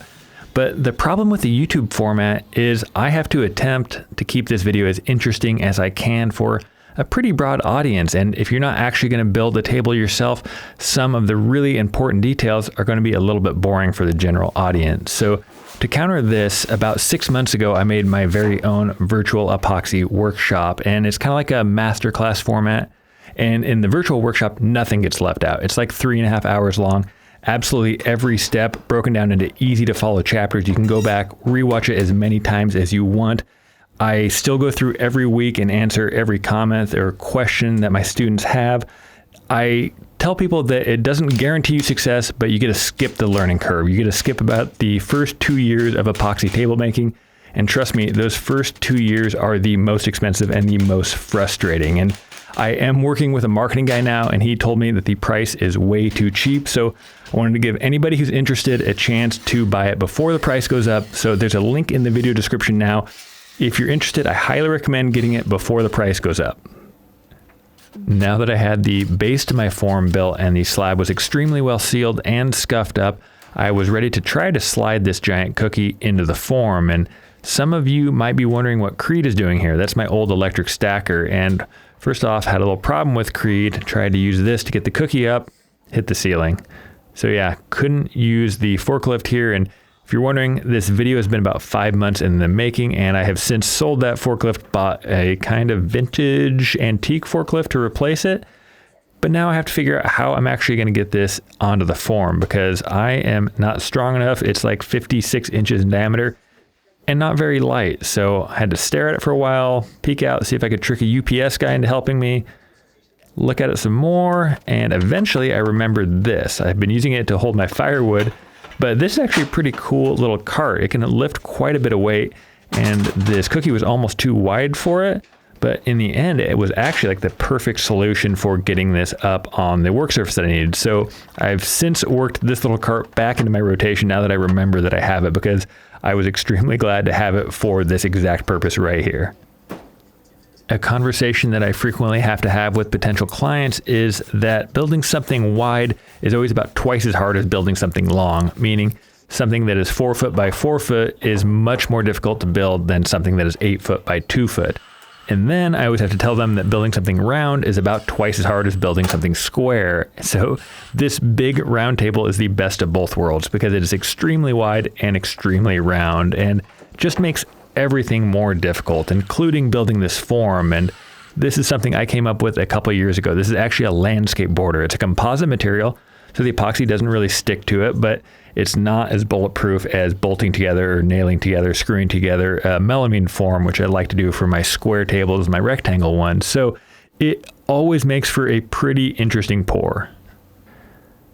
Since my shop had been so cold all winter, and I guess now technically early spring, but still basically feels like winter, my epoxy is also very cold. So I like to warm it up in that warm water bath, and this will do a couple things for me. And one is it will mix much, much easier when it's very, very viscous or non-viscous. I can never remember. Somebody in the comments, let me know if thin means viscous or not. Anyway, so when it's very thin, it's going to mix very easily, and it's also going to find all those tiny little cracks and crevices, and it's going to fill those up so I don't have to go back and do those later by hand, because that is such a time-consuming process. And you can see how many cracks we have and how helpful it's going to be if the epoxy can do the hard work, not me. After I had either 6 or 9 gallons of epoxy in there, I came back and found what was not a small leak. Normally I'll get like maybe a little drip here and there, put some flex space on it and it fixes it no problem. But this was some big seams opening up, and this will really get your blood pumping. This is where epoxy table making gets really, really fun. And if you value your floor at all, you should never work with epoxy, because I have more epoxy on my floor than concrete at this point. And this was kind of a whack-a-mole game. And luckily for me, kind of got it stopped. You'll see just how bad it got here in a little bit. But now I was at least ready to do that second pour. This took probably about, probably close to 48 hours before it was even gelled up that much. And that's the best way to pour this super clear epoxy. If you're going to do multiple layers, to wait about till the point where it's just kind of that tackiness, and then pour that second layer. And here I was making sure to mix my buckets just to make sure that black was a consistent all the way across. This super clear epoxy does an extraordinary job of curing slow enough that all the bubbles that we induce through the mixing process will pop on their own. What it doesn't prevent is air from actually escaping the wood itself, and there is no epoxy that can prevent this. This is a pretty simple fix. I use the torch when it's still just kind of gummy, and all the bubbles pop really easily. You can see here, this was a pretty sloppy pour, and I want to say this is my worst one ever, but that might not even crack my top 5. And I remember when I bought my first house, I was talking to my brother-in-law, who's an electrician, and back then I didn't know anything about anything, and I was telling him, I was like, hey, do you ever just guess and try to figure something out, and somehow along the way it works out? And he just goes, that is all I do every day, all day. And I'm like, oh, so I'm doing it right. And that's kind of how I feel about this epoxy project. You can see the form was just shattering off of this. I'm destroying the mold. I'm putting chisels right into the side of this wood. But you know what? We're figuring it out. There's no formula for this. There's no plan for this. Everything is just learned on the fly. And in the end, if it looks good, it works. So that's what we're trying to do. Before I started this project, I knew the easiest thing for me to do would be to keep this round table under 48 inches, because if it's under 48 inches, I could fit it through the industrial planer and it would just take a matter of minutes. It would be perfectly flat. It would be really fine sanded. Everything would be really, really easy for me. However, it was such a big table, such an awesome piece of wood, that I wanted to maximize as much size as I could. And so I wanted to keep it, I believe it's 54 inches is the final size we're going for. And for that, I'm gonna have to go to a CNC. And if you're wondering, what kind of client is this for? Who ordered this big table like this? This actually isn't even for a client. Nick and I were planning on building this table together, putting it up for auction and just seeing what happens. And before you go bid on this, before you're like, I love blacktail stuff, I definitely want to own this, I think you might not want to own this. So if you don't want to watch this whole video, at least skip to the end, because we had a real problem with this build. It is up for auction. There's a link in the video description. That said, you might not want it, and I highly recommend waiting till the end of the video before you actually place a bid. This part was pretty fun to actually start seeing the slab come to life, see that epoxy surfaced off, and realize how cool of a piece of wood this was. And you might have been wondering why that epoxy border didn't come off easy, that landscape border, because I've used it a bunch of times. And what I found was I might have left a handful of screws in the side, and one of them caused that router bit to blow up. And by blow up, I mean just shatter a bunch of bits, which was only a handful of dollars, and they were really nice about it, but I felt pretty bad because that wasn't the only screw we found. I actually left several screws in there. So another lesson learned.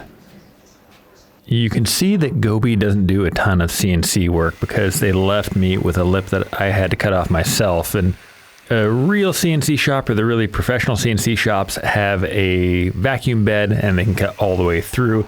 If Gobi were to cut all the way through, the thing would have shifted around. So they left it about 1/16 of an inch short, which was honestly kind of a hassle. I really didn't know that they weren't going to be able to cut this all the way through. So I had to cut the rest with the jigsaw, then I'll come back later with my flush trim router bit. But for now, I had to get started on the touch-ups. And despite the fact that I had overfilled this and really tried to let the epoxy do the work, there are so many of these that epoxy couldn't creep into that it led to quite the filling process. And if you're wondering what that recess is on the bottom, that is for Nick's table base. So it just fits in there flush underneath, and it will leave a really pretty slick look. And here's the top though. They did a nice job with the CNC in terms of the surface, but I have so many of these little touch-ups, and for this, I'm using the super clear epoxy, tabletop epoxy, and you can see there when it's a little cold, it tends to get a little bit thick, which is kind of a pain for mixing. So what I do is I make a little mini hot water bath, let it soak in there for a few minutes, and it really thins it out, makes it easier to mix, because if you try to mix it when it's cold and thick like that, you basically just whip in an endless amount of bubbles, and it comes out almost like a white paste. So thinning it out does help quite a bit. And originally I was just going to touch up the spots that needed touching up. And then I realized that might actually kind of stain the wood. If in the past I've done similar things, and it leaves kind of this little leopard pattern where the epoxy just slightly discolors it. So I decided to be safe, and I would just seal the entire top with that tabletop epoxy.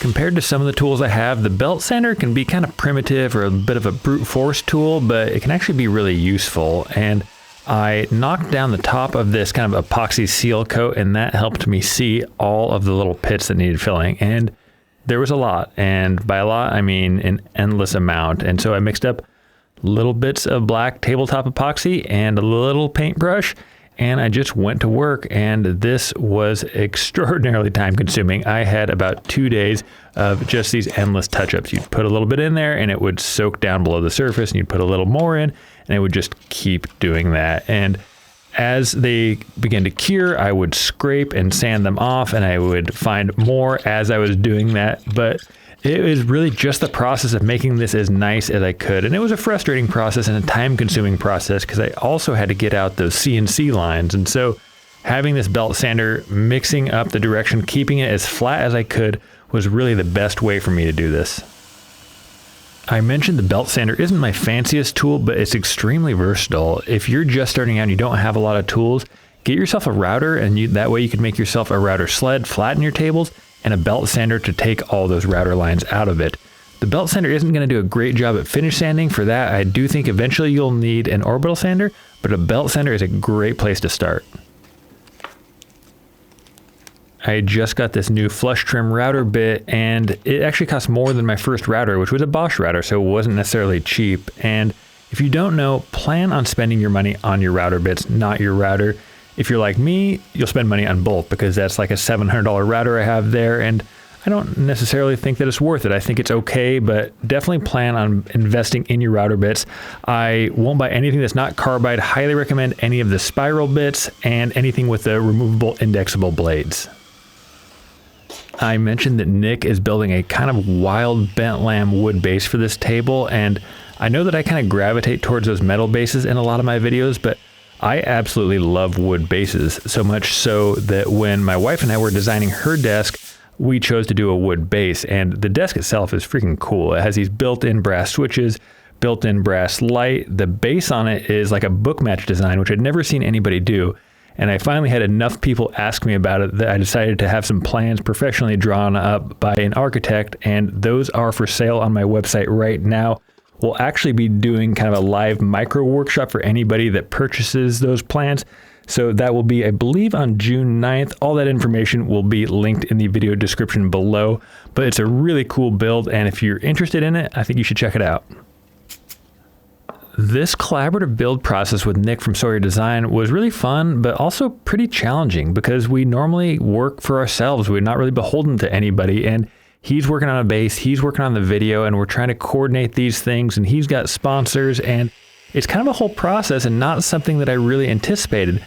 But one of the things that was really cool is he was able to do some 3D designs, which I can't do, and he actually put it up to a vote to his audience on what kind of edge profile we're going to do. And in the end, it was nice having the visual, nice having the backup from his audience on what the best edge profile would be. The edge profile I wanted for this table was a 22-degree chamfer, bevel, whatever you want to call it. But the biggest bit that I own, and actually the biggest bit I could find, was this little guy here.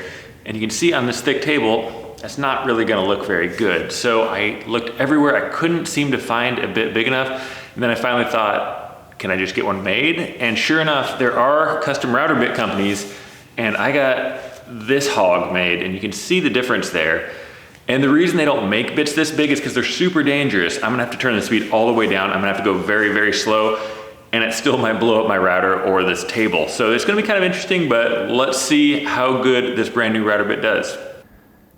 Generally, the rule is when you're working with large objects is if you can, you bring the tool to the table, not the table to the tool, meaning that it would probably be easier if I was able to put this router bit in a handheld router and use it that way. Instead, I'm kind of awkwardly sliding it into my router table. And the reason I'm doing it is actually a couple reasons. And the first and probably most important reason is an unproven router bit that could explode at any time spinning at 10,000 RPMs around groin level just makes me a little bit nervous. And the other reason is the biggest, most powerful router that I own lives in my router table. This is the 3¼ horsepower Milwaukee, and it's going to be your best bet at spinning that pig of a router bit. And so I turned the speed all the way down, which is what you want to do for these big router bits, took some shallow passes, and in the end, it actually worked out okay, and all my appendages made it through one more day. I watch a lot of YouTube, so much so that I get a little nervous when I search something I don't want YouTube to recommend to me. Like a couple weeks ago, I'm searching the best gutter guards for leaves, and while I found what I needed, for the next several weeks, YouTube's like, oh, this guy loves gutter guards. Let's keep showing him gutter guard videos. And that's not exactly my idea of entertainment. And YouTube's kind of my safe space that way, whereas it's not like Facebook where you have to follow your uncle who posts horrible stuff. YouTube, I just follow what I want to follow. And so while I wish everybody watching this would subscribe, it's your safe space too. So what I really only want is if you think I've earned it, if you want to see more content like this, one of the best ways is to tell YouTube, yeah, I like this guy, I subscribed, show me not just his stuff, but other people that do similar stuff. So if you are enjoying this, if you do think that I've earned it, if I've made it in your safe space, I would love it if you hit that subscribe button right now.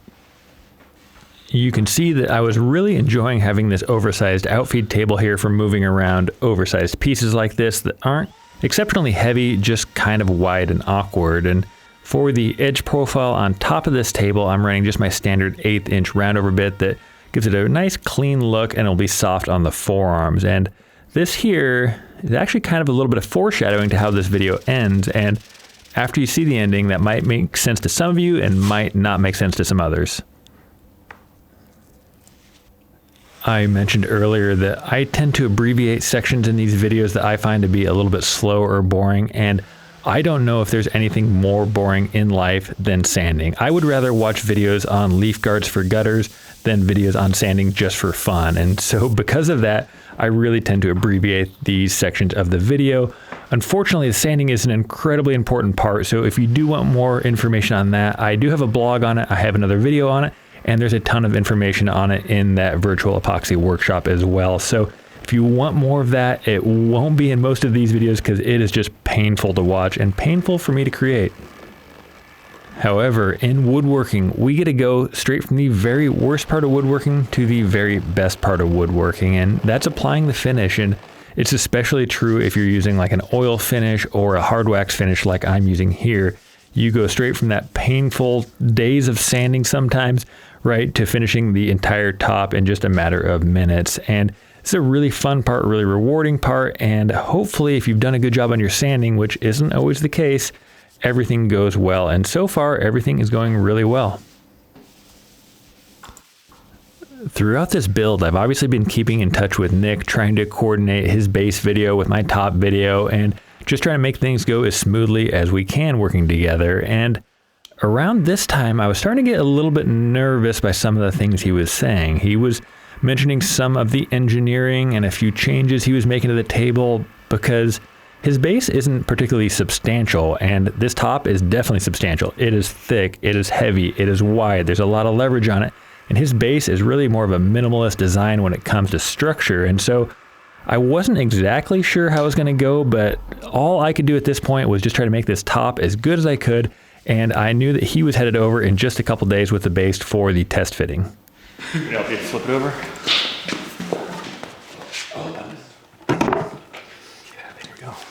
You nervous? Yep. Are you? What are you nervous about?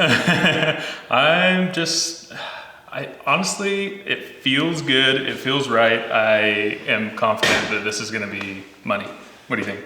I don't know. I don't want to jinx it. I still had a little bit more finishing to do on the top before it was completely done, but we thought we'd get a nice test fit first, just make sure everything was okay. So marked our holes, added the threaded inserts, got everything lined up, got it bolted on, and it had some wobble.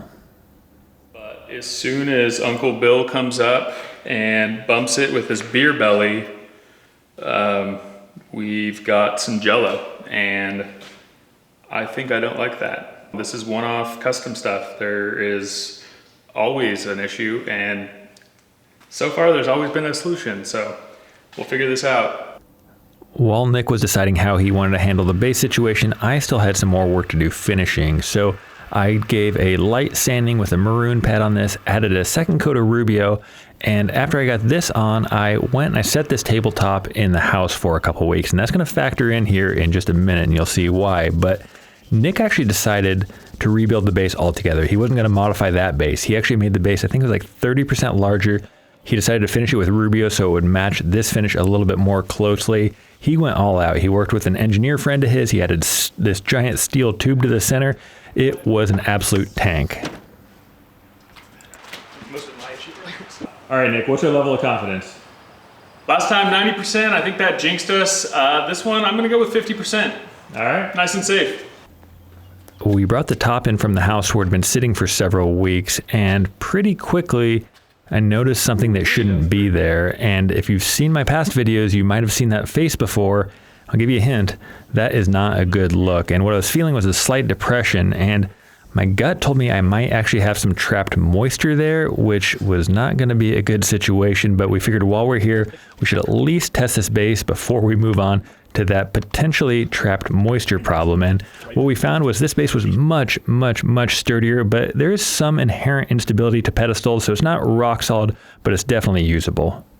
So, if you're curious, viewers are curious, should be 8 to 11 is like perfect. High would be 15. Probably won't be much lower than 8. 12, 11, 11, 12. Ooh.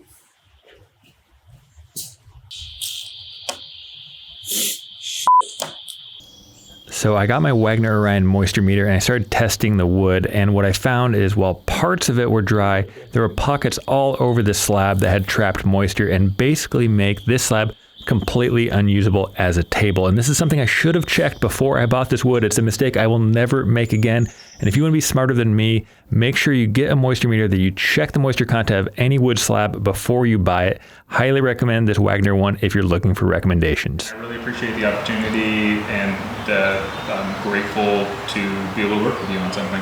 Even This is a really nice way to say that we don't get to sell a table together, and because the top I made is all jacked up. You know, but we win in friendship.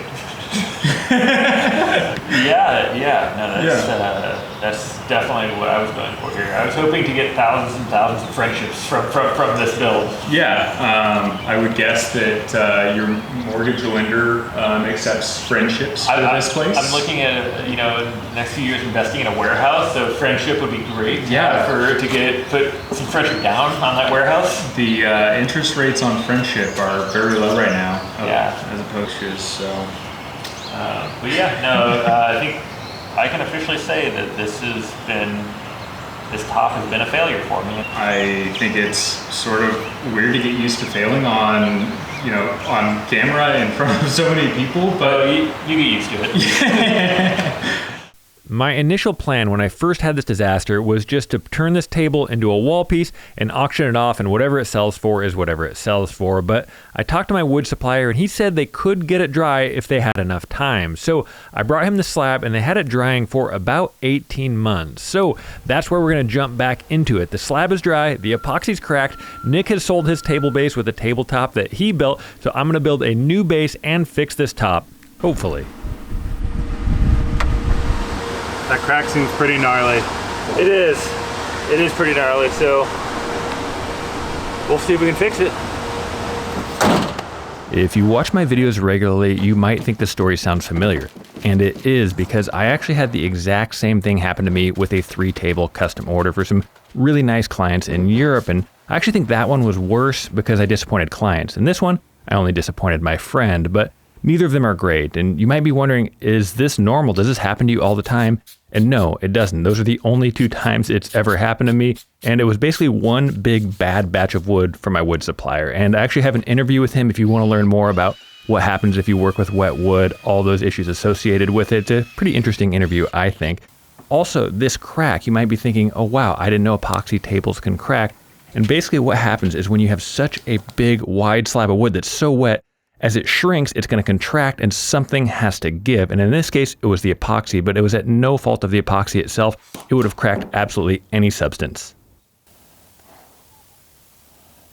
I was watching a documentary recently on these people that still live in these man-made caves near Petra, and apparently how these caves were made originally is they would shove bits of wood into the cracks of the rock, add water to that, let the wood expand, crack the rock further, and just keep repeating this process until eventually they have a whole cave system to live in. And I thought this was absolutely fascinating and kind of the opposite of what happened here, where instead of adding water to this slab, we were removing it, and what happened was something had to give. Just like that cliffside, the epoxy cracked just like that solid stone cliffside cracked. And the reason I'm telling you this is I don't want you to be worried about your epoxy table at your house, because if you used normal dry wood, you're just fine. But if you're like me, if you're dumb and used wet wood, there's absolutely nothing that could prevent that wood from moving, whether it's a cliffside or epoxy.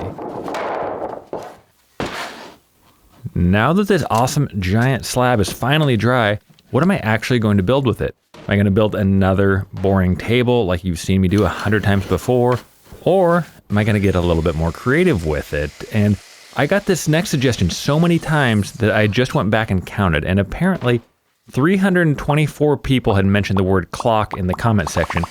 Everybody wants me to build a clock, and I'm embarrassed to say this never even occurred to me. So yeah, I am definitely still going to build another table, because I can't stand those giant novelty clocks that were ruined by World Market because every girl that got her first apartment puts up one of these big stupid clocks next to some fake French film poster. Sorry. Thank you so much for all your suggestions. Don't forget to like and subscribe.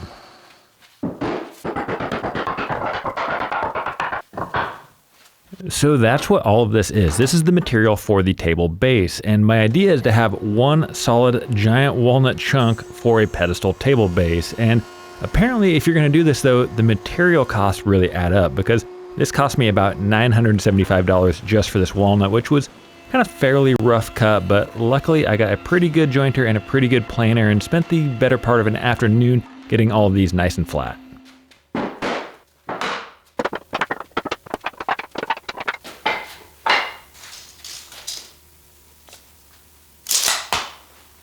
The basic idea that I'm going for is I'm going to glue all of these blocks of walnut into one continuous, extremely heavy block of walnut, and then slice it into the shape that I've envisioned in my head. And I know how I'm going to try to do it. I don't know that it's necessarily going to work, but I'm usually able to figure something out. And that's just the fun part about custom furniture. You get to get out of your comfort zone and just show what a competent craftsman you are. Nope. I got I've probably built 100 or so epoxy tables up to this point, and they normally go extraordinarily well. However, sometimes they go catastrophically bad, as evidenced from this previous version of this table build. And after I had this disaster, I got into my virtual epoxy workshop that I offer for sale on my website, and I changed a couple of chapters just in the hopes that nobody ever make this same stupid mistake that I've made. And I've also modified several other chapters as I've learned more. I've updated some of the finishing ones, the shopping for wood. Just as I learn more, I keep updating that workshop. And if you've considered building an epoxy table or you've looked at this workshop before, we are offering the biggest discount we've ever offered before. We have never had a sale this large for Black Friday, Cyber Monday, but it does end Monday. So there's a link in the video description if you want a little bit more information on that. Again, the biggest sale we've ever offered. For this part of the base construction, I had to get a little creative because I had to keep all of these blocks of wood absolutely flush with each other, because if I glued these together and one of them slipped and overlapped the other by 1/4 inch, it would throw everything off. So here's what I came up with. These are called dowel pins, and I haven't used these for years, but they're actually a really useful set of tools to have. They cost like $3. I recommend just keep some of these in a drawer along with a couple of 3/8 inch dowels. And here's how I use them. They make a nice little mark. I use this drill guide. It's like a $5 piece at the impulse item up at Woodcraft or Rockler. And this will ensure when you put them together, everything can only go together one way. Before I'd even bought any of the lumber for this table base, I had Scott, my video guy, do a 3D drawing. Hold on, before I get into all this, I have a question for you guys. For over a year now, I've been referring to Scott as Scott, my video guy, because I know what it's like when you watch a video and someone is referring to someone by their first name only, and you don't regularly watch them, and you don't know who they're talking about, and you feel alienated and left out. However, Scott has been in all my videos for over a year now. What's that? Don't touch it. Quit laughing at me, Scott. Almost like an animal, and this is its head. And I feel like he is just as much as part of Blacktail Studio as Black Walnut and Epoxy. So let me know, honestly, whether you think I should keep referring to him as Scott the video guy, or if I can finally just call him Scott alone. And anyway, Scott, who makes my videos for me, did a 3D drawing of this table base, and it looked great. However, when I saw it in person, I was starting to second guess it, because this top is really large, and it's pretty much committed now, because I couldn't add any wood to this, but we'll see how it turns out. This is something I hate doing, and it's not that it's difficult to build, it's just that I'm building this jig to use one time and then throw it away. And I don't really even like building sleds like you see there on the wall to use over and over for the rest of my life, let alone one that I'm just going to use once and throw it away.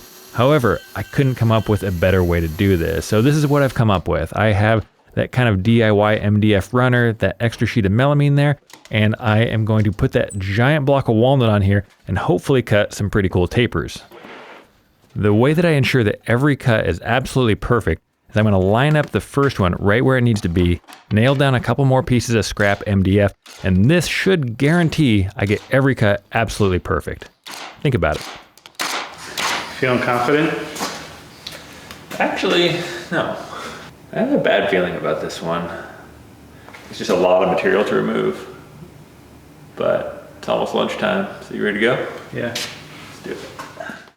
In my last video, I had a friend come to town and we spent 4 days building a really cool timber frame staircase for my shop. And never mind if it's actually safe or not, it looks really cool. But we had a lot of cuts similar to this in that staircase build, although none to the precision that I need here. And that's why it makes me think that I really can't come up with a better way to make this cut. We did hand saws, we tried chainsaws. I have a special chainsaw / skill saw, and all of them were pretty poor quality cuts. So this was really my best option. And after this first one came off, it actually looked really pretty good.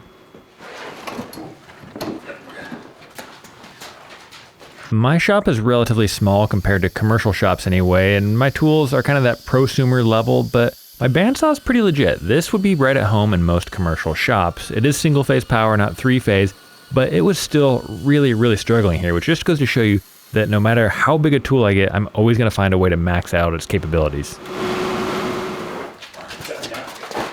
Some of you smarter people out there are probably already wondering, how are you going to make the cut on the other two sides, because the angle is going to be thrown completely off by removing those big chunks. And I actually thought about this before I even got to this point for once. This wasn't something I had to figure out on the fly. But yeah, I'm going to super glue them back on, and my only fear is that I get them on too securely and they don't want to come off, because I really don't want to have to cut them off again. But I'm pretty sure they'll just pop off, but we'll see how that goes. Whenever I come up with something like this, I always just assume that somebody out there has already devised a better, faster, more accurate way to accomplish the same cut. So if you are that person, you have another way to make this same cut, you can just keep it to yourself, because I absolutely nailed this, and for once, I don't need your charity.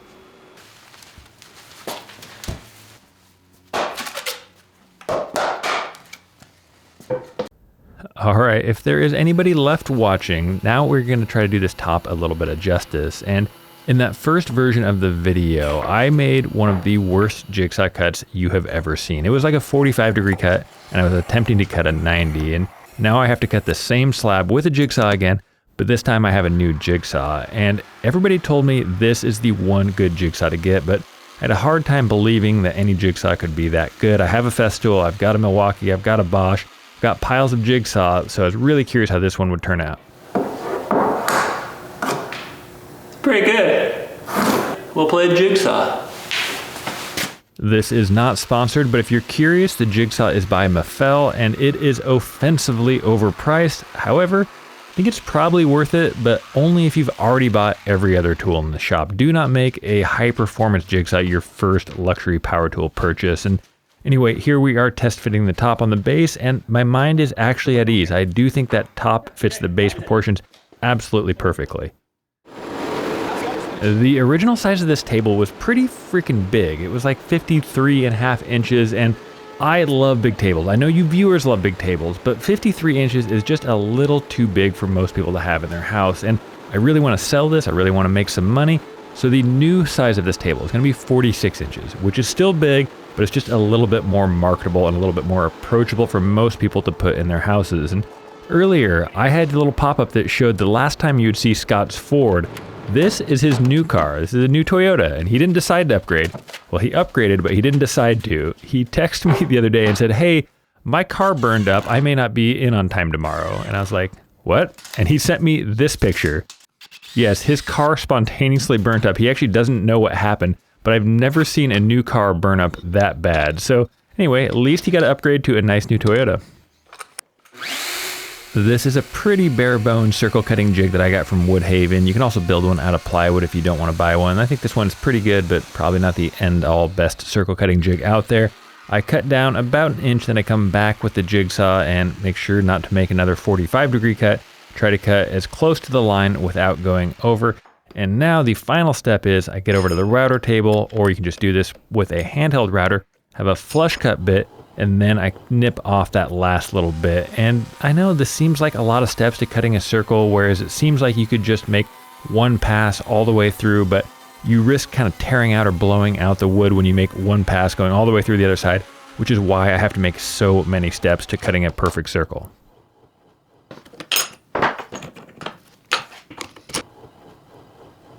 My wife doesn't often get excited about my new tool purchases, but she was blown away by these. These are called Grabo. They're basically a portable battery-powered vacuum suction cup, and they're pretty awesome if I'm being honest. They're kind of expensive. I think they're like $200 each, and I got 2 of them, but it was the first tool when I bought it. She goes, "How many did you buy?" I said, 2, and she goes, "Why'd you only get 2?" And I was like, all right, I'll order some more. but we use them for moving some cabinets around in our house, and she loved being able to grip straight on the side of a cabinet and not hurt her hands putting it under the cabinet. Anyway, Grabos are awesome. I'm going to go on a quick rant here because those Grabos are genuinely awesome and they are not sponsoring this video. And when I was a smaller channel, I could absolutely whore myself out for any product and nobody would ever accuse me of anything. Anytime now I mention a product I genuinely love, I get inundated by people telling me that my channel is just a constant commercial. So from now on, going forward, if I don't say it's sponsored, it's not sponsored. I feel like it ruins the flow of constantly having to say that. And it's like watching Pulp Fiction and having Jules explain the Royale with cheese and stopping in the middle and saying, but McDonald's didn't sponsor this segment. It absolutely ruins it.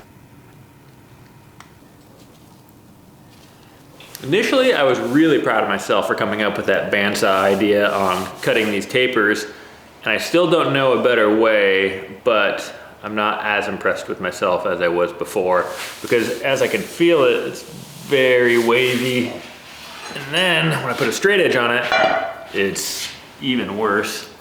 So I try to avoid hand tools at all costs, but I think I'm not gonna have a choice but a lot of hand tooling. A lot of times I feel like I woodwork like my dad golfs, and bear with me, I think I can actually explain this one. My dad didn't take up golf till his late 50s and didn't really get serious about it till his 60s, but he's never had a lesson, but since retiring he plays a lot and he's actually pretty freaking good now, which is crazy. He's like a 5 handicap, but the fact that he's never had a lesson means he still looks kind of ridiculous out there. His swing just isn't quite as elegant as someone who has the solid fundamental base. And that's exactly how I feel using a hand plane. No one's ever showed me how to use a hand plane. Sure, myself and my dad have gotten on YouTube, looked up tips and tricks on how to improve, but it's just not the same as getting that good fundamental base. So my point is, if you're going to be passionate about something, I highly recommend getting those fundamentals in, because I still feel like I will never be a natural with a hand plane or any of these hand tools really. I wanted to make these corners a little bit more interesting than I'd originally designed, so I added a fairly aggressive taper. It goes from 0 to about 2 inches from each corner, but what I don't know at this point is how best to remove all this material. My first thought was I'll just run the hand plane over it, and pretty quick I realized that was going to take way too long, and then I tried the handsaw, which was just an overall terrible idea. Eventually I landed on the power planer, and this is just like a hand plane, but way faster, and I don't feel quite comfortable enough with it to get right down to the line, so what I decided to do was just remove the bulk of material and then I'd come back with a hand plane and finish it off. However, after all that work before with the hand plane, I realized that it was desperately dull and really needed a sharpening.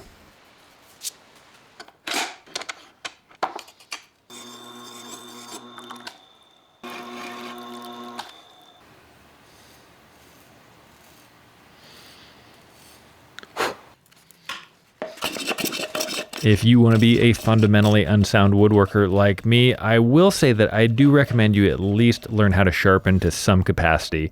It doesn't mean you need to learn how to become an expert with a whetstone, but there's some really good mechanical sharpening systems out there. That was the Tormek that you saw me use there earlier. I also really like the Worksharp WS3000. It's a pretty cheap tool that does an amazing job.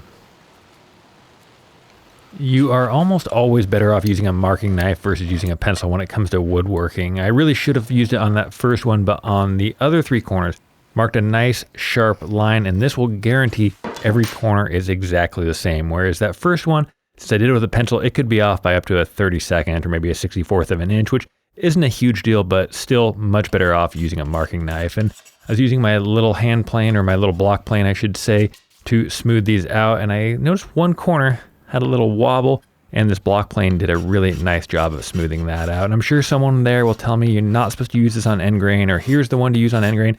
This is what I got. I got 2 planes, and this one worked pretty well. There were a couple of big issues that you haven't seen yet on the table base that still need to be addressed, but I want to get the epoxy curing in some of these touch-ups, because I have never had a piece of wood with this many pits and this many holes. This was unbearable. I knew this was going to take a few days, so I wanted to get a head start on this. And the best way I've found to fill these is to have a little awl like that and just dab it in there. If you just pour it on top, it forms kind of an air pocket over the top and doesn't soak down into it. And you can see there, that worked really well for just seeping down into it. But this was just ongoing process. So much so that I was, I don't know, maybe an hour into this, Scott's filming it, and he's like, hey, do you want to fake a wrap up? Which is something we actually do all the time. And here's what that looks like. Do you just want to shoot a quick wrap up shot and I can go edit or something? Just a fake wrap up so we can act like we finished it? Yeah. I'd like to do that very much. All right, is this a good spot? Yeah.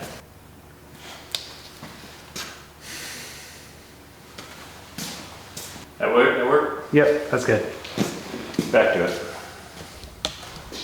There's a little behind the scenes stuff for you, because what we do there is when we have something that's very time consuming, we'll get a couple of good close shots and then one wide shot that looks like it's finished. And that way I can keep working on it for the next 3 or 4 hours while Scott goes and does something productive like editing. I will say that I'm a little surprised, but overall delighted with how well this glue up turned out. I thought there'd be a bunch more cracks and gaps and knot holes that need to be filled, but it turns out there's only 2, and they're big ones, but they're really not that bad because I have all the offcuts left over. I have wood that matches perfectly. So now it's just kind of a basic inlay, and really a basic square inlay is about as easy as it gets, especially into end grain. End grain is the most fun inlay to make because your chisel goes right into that vertical grain so nicely. The way I like to do my inlays is I trace my item with a marking knife, then I come back with a plunge router and a spiral bit. This is a 1/4 inch bit, which I think works really good for this. Then I just hog out all the material, and I don't try to get too close to the line, just maybe a 1/16 of an inch or so. If you get too close, it can actually make it a little bit more difficult to get your chisel right into that marking knife line, but hopefully you left just enough, and then you just try to remove as little material as possible with your chisel until you have no choice but for that chisel to line up right in that marking knife groove like it did right there.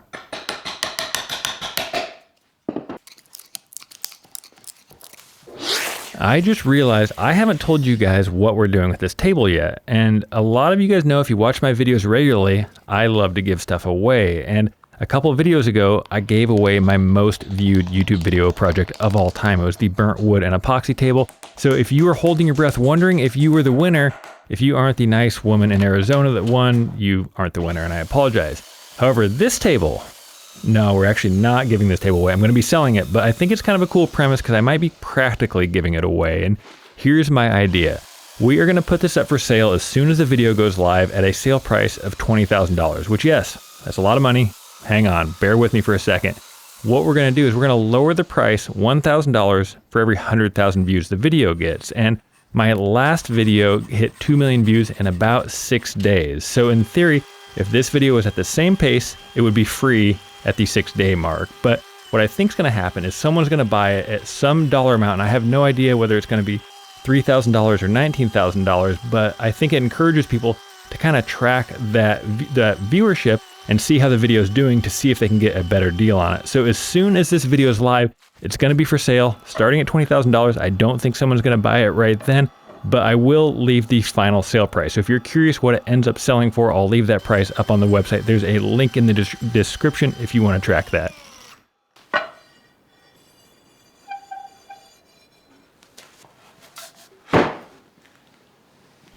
I really like the way that Sawyer had designed his tabletop attachment to the table base, so I'm going to use a similar style, although my table base attachment is going to be nowhere near as pretty, but you're never going to see it, which is what I really like about it, and that's what these threaded inserts are for. But before I can do any attaching, I have a lot more touch-ups to do, and I was talking with Chris from 4 Eyes Furniture about this, and he told me that this table was a rescue and that I was a hero for rescuing it, and I was like, I am a hero, and this table is a rescue, which made me think that we just have a branding problem. People give epoxy tables such a hard time. They say it's so bad on the environment. But if we had a good name like Rescue, unfortunately, obviously Rescue's taken, we could get the sympathy from people. And I think salvaged and reclaimed is nice, but I think we can do a little bit better. So if you have a branding idea, instead of an epoxy table, what kind of tables are these? And remember, it can't be salvaged, can't be reclaimed. We need our own name to really play on the heartstrings of people. So let me know what you got.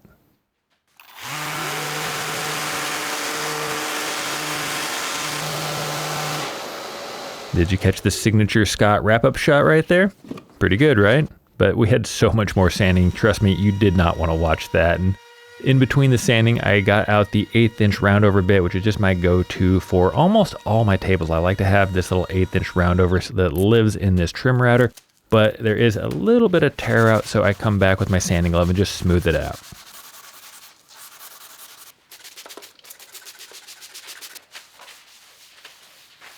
Well, I haven't done this in a long time, but made a pretty stupid mistake. I put a threaded insert into the epoxy right where you see it from the top, and it's pretty obvious. There's another one just faintly from the original table base also, so I'm gonna see if we can't fix this, but yeah, not really any good excuse for this. It's not a great excuse, but I do have an excuse in that the threaded insert didn't actually go directly into the epoxy, but it obviously did once it got right below the surface. So here's what I'm gonna do to fix it, is I'm gonna use my router. I'm just gonna kind of hog out that existing material, and then I'm gonna come back with the blackest epoxy I can come up with using that liquid dye, just a very concentrated black, and hopefully that should camouflage it and you won't be able to see it from the top. Now that I'm thinking about it, this table had a lot of flaws I had to try to hide, and I'll show you them all at the end, but we had that big crack initially, we had those threaded inserts there, we had the patches I had to fill, and I'll give you good close-ups of all these before the end of the video because I do think it's important to show what works and what doesn't. If you've seen some of my recent videos, you've probably seen that I've switched to this new UV cured hard wax oil, which is just what it sounds like. You put it on just like a Rubio or any hard wax oil, but then you hit it with that LED light and it cures instantly, and it is incredible. It's my new favorite thing. There's a big downside though, in that the lights are really, really expensive, and you can use the sun, but I don't always have access to the sun, and you may not either. And so I did get a lot of comments from people though that said, oh, you can just use a black light for a leopard gecko and that's UV light. And I'm like, I don't think that's quite powerful enough. So you're welcome to try, but you really do need one of these pretty expensive lights. I have a smaller handheld one and they sell for like $700. So it's not a great option. I do think eventually this technology will get figured out, but right now lights are expensive. So either plan on spending some money or using the sun.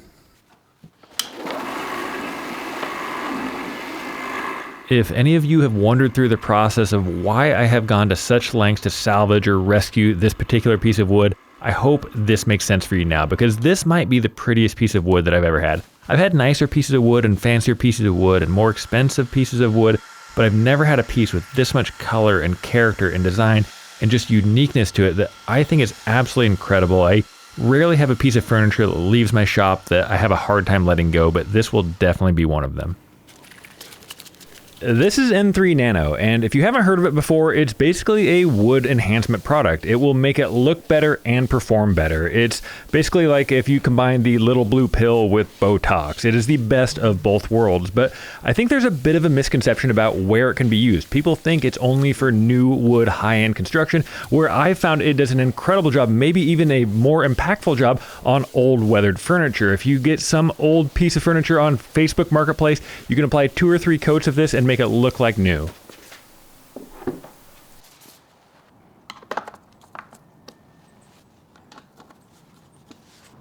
All right, here is the finished table. First off, here are the patches we did in the base. I don't think anybody will ever notice these. Here is the crack we filled in the top. You can't see it from some lights, but from other angles you can see it. Here is the holes we filled in the threaded inserts. I really don't think anybody could ever see those because I can't see them. And here is the rest of the table. Just an overall really cool build. I absolutely love how this wood turned out. Let me know what you think. All right, every week I like to give a little credit to people who make it all the way to the end of the video. So this week, start your question or comment with the word rescue, and I'll know you made it all the way to the end of the video, and I'll do my best to answer all your questions and comments first. Thank you so much. Have a great week. All right. Anything else? Not unless you want to check the moisture again. You know we checked it. Hang on a second.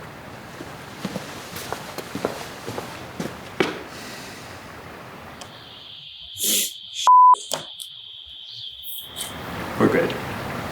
If you're curious, that table ended up selling for $8,000 at auction, which was a little less than I was hoping for, but not terrible, all things considered. And the guy who ended up buying it had actually bought something from me before, so if anybody was going to get a deal on a piece, I'm glad it was him. This next build, though, is an oldie, but not a goodie. I guess an oldie, but baddie. We'll work on that branding later. But anyway, this is my first and last white epoxy table. This table, like my last couple, started at Gobi Walnut. And This was not actually out of a burl, but these burls make really interesting pieces for a round table if you do want to do a round table like this. And they were pretty stocked up this day I was in there. Mine was out of a graft piece, that top section there that you see there. That's Claro lower section, but the graft was the top. And here's the actual piece that my table came from. Black walnut grafted to English walnut, which is what gives you this kind of funky shape there. And it's not good for a lot, and a friend of mine actually bought that slab and just gave this to me. So free wood's always good. After I got it cleaned up with the angle grinder, I started just trying to estimate the rough center since it is an odd shape. So I started playing around with the tape measure. Eventually marked what I could guesstimate was the closest thing to the center with a little screw hole, and I got this line so I can just draw it to rough shape so it'll fit in a round mold. Once I got my lines drawn, I just cut out the rough shape with the jigsaw. This will not at all be the final shape, just to get it close. And you saw that correctly a second ago. That was landscape border that we're going to make the form out of. It is really flexible, very non-stick, and so we'll see how well it works here. I will mention I do mess something up really badly in this project. I won't spoil it for you. So maybe it's the border, maybe it's something else. You're gonna have to keep watching to find out. And since this border doesn't make a perfect circle, again, I'm just kind of getting it to the rough shape so that way I have the minimal amount of waste in the end. Anyway, I moved on with some tin snips there to cut that landscape border. And then I used some caulk with a really nice camera angle there to seal it up. Had a couple of those quick clamps there to help keep it watertight and just let it set for about a half hour.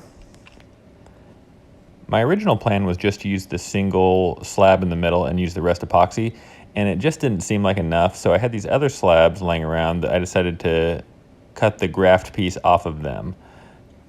Just kind of filled in that circle a little better, and in the end I was pretty happy I did that. As I was making this video, I realized I keep talking about grafts, but I haven't actually explained what it is. And you may be confused by that because I was really confused by that for a long time. So a really quick oversimplification of it is one species of tree grafted to another species of tree. And I believe it's the black walnut has better roots in our environment. So they start growing a black walnut tree. When it's pretty young, they slice it off, they stick an English walnut to it, tie it around there. They grow together, they graft together, become a mature tree with English walnut nuts, which is what the farmers wanted around here, with the black walnut rootstock. But what you get is this really distinct line between the two species where they grow together, and that's the graft line. Okay, for those of you that are left watching, back to the build. This slab was 2.5 inches thick, so it wasn't that light, and I got my line sketched on there, and I just got the jigsaw, just getting pretty close to it. You don't have to be perfection right here because we're going to trim it to a perfect circle when it's all done, just to get it in the mold. Once I get this fit in there, I was pretty happy with the layout. I was kind of torn on if I wanted to put another piece on the right side, but decided to leave it as is. Went to cleaning up this other graft piece using my angle grinder, my restorer, and the wire brush there. Got the sander out, smooth out some of those wire lines, and move on to epoxy. For the seal coat, I'm going to be using a chill epoxy. This is their Diamond Fast, which is a fast drying epoxy. That'll harden in about 4 or 5 hours, and it will seal everything in there and give a perfect bond when I do my main deep pour. And when you're doing these seal coats, just hit every little pit and valley in there, anywhere that could trap air, because as it cures, what you don't want is one of those air bubbles just seeping out at the wrong moment and becoming encapsulated forever. The shellac is more just kind of sealing any little dust and dirt in there, and also prevents any color bleed if you are using any dark dyes. This white dye for this epoxy really shouldn't hurt it too much, but kind of a habit of mine to seal everything with the shellac. Once both those pieces are nice and dry, I got them in my mold there, and I'm gonna seal everything here with, again, this is my fast drying caulk that I like to use. Dries in about 20 minutes.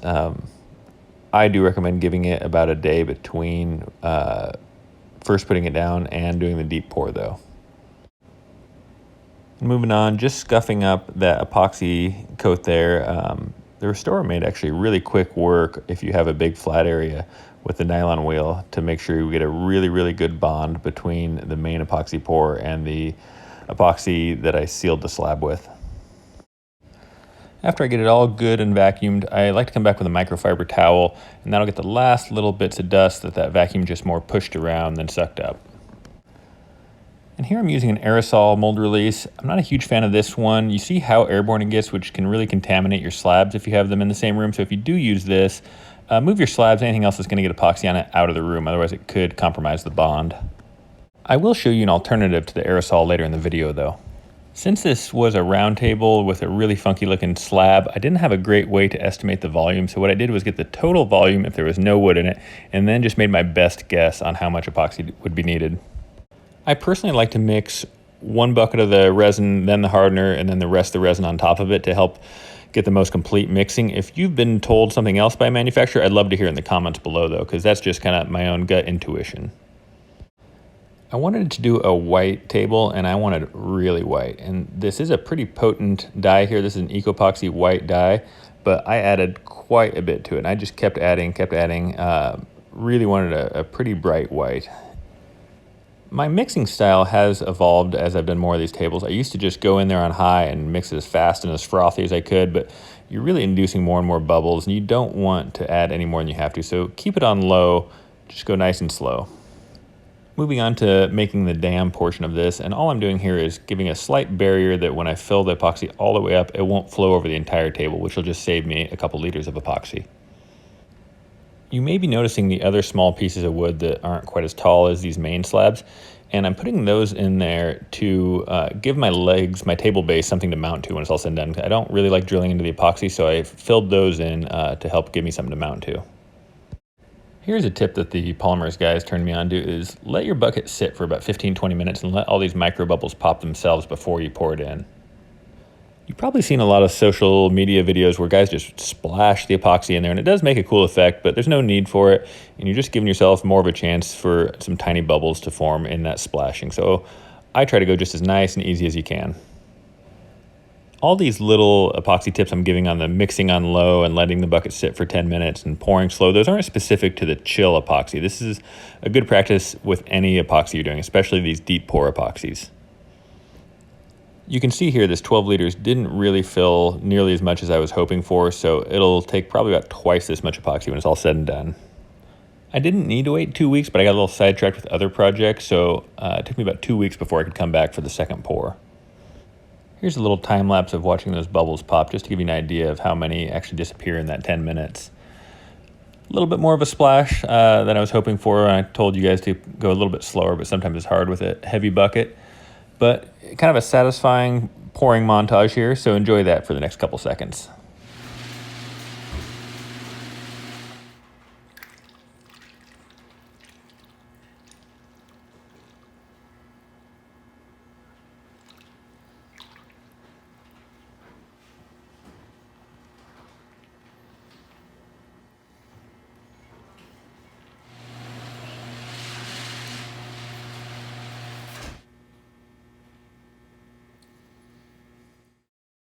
Once you get your epoxy topped off, this was my first step in figuring out a really helpful tip.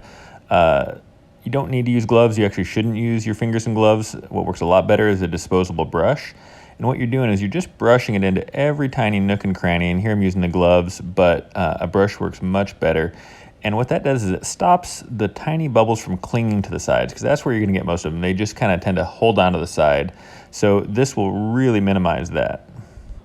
After 3 days, the epoxy was rock hard, and I was ready to see how well this landscape border worked. And I'll admit, I was pretty nervous that it wasn't going to come off, but it peeled off just like butter, and I was actually able to save it, so I'll be able to use it on my next roundtable project. So this wasn't my big failure for the project. It worked really well, and I actually do recommend using that.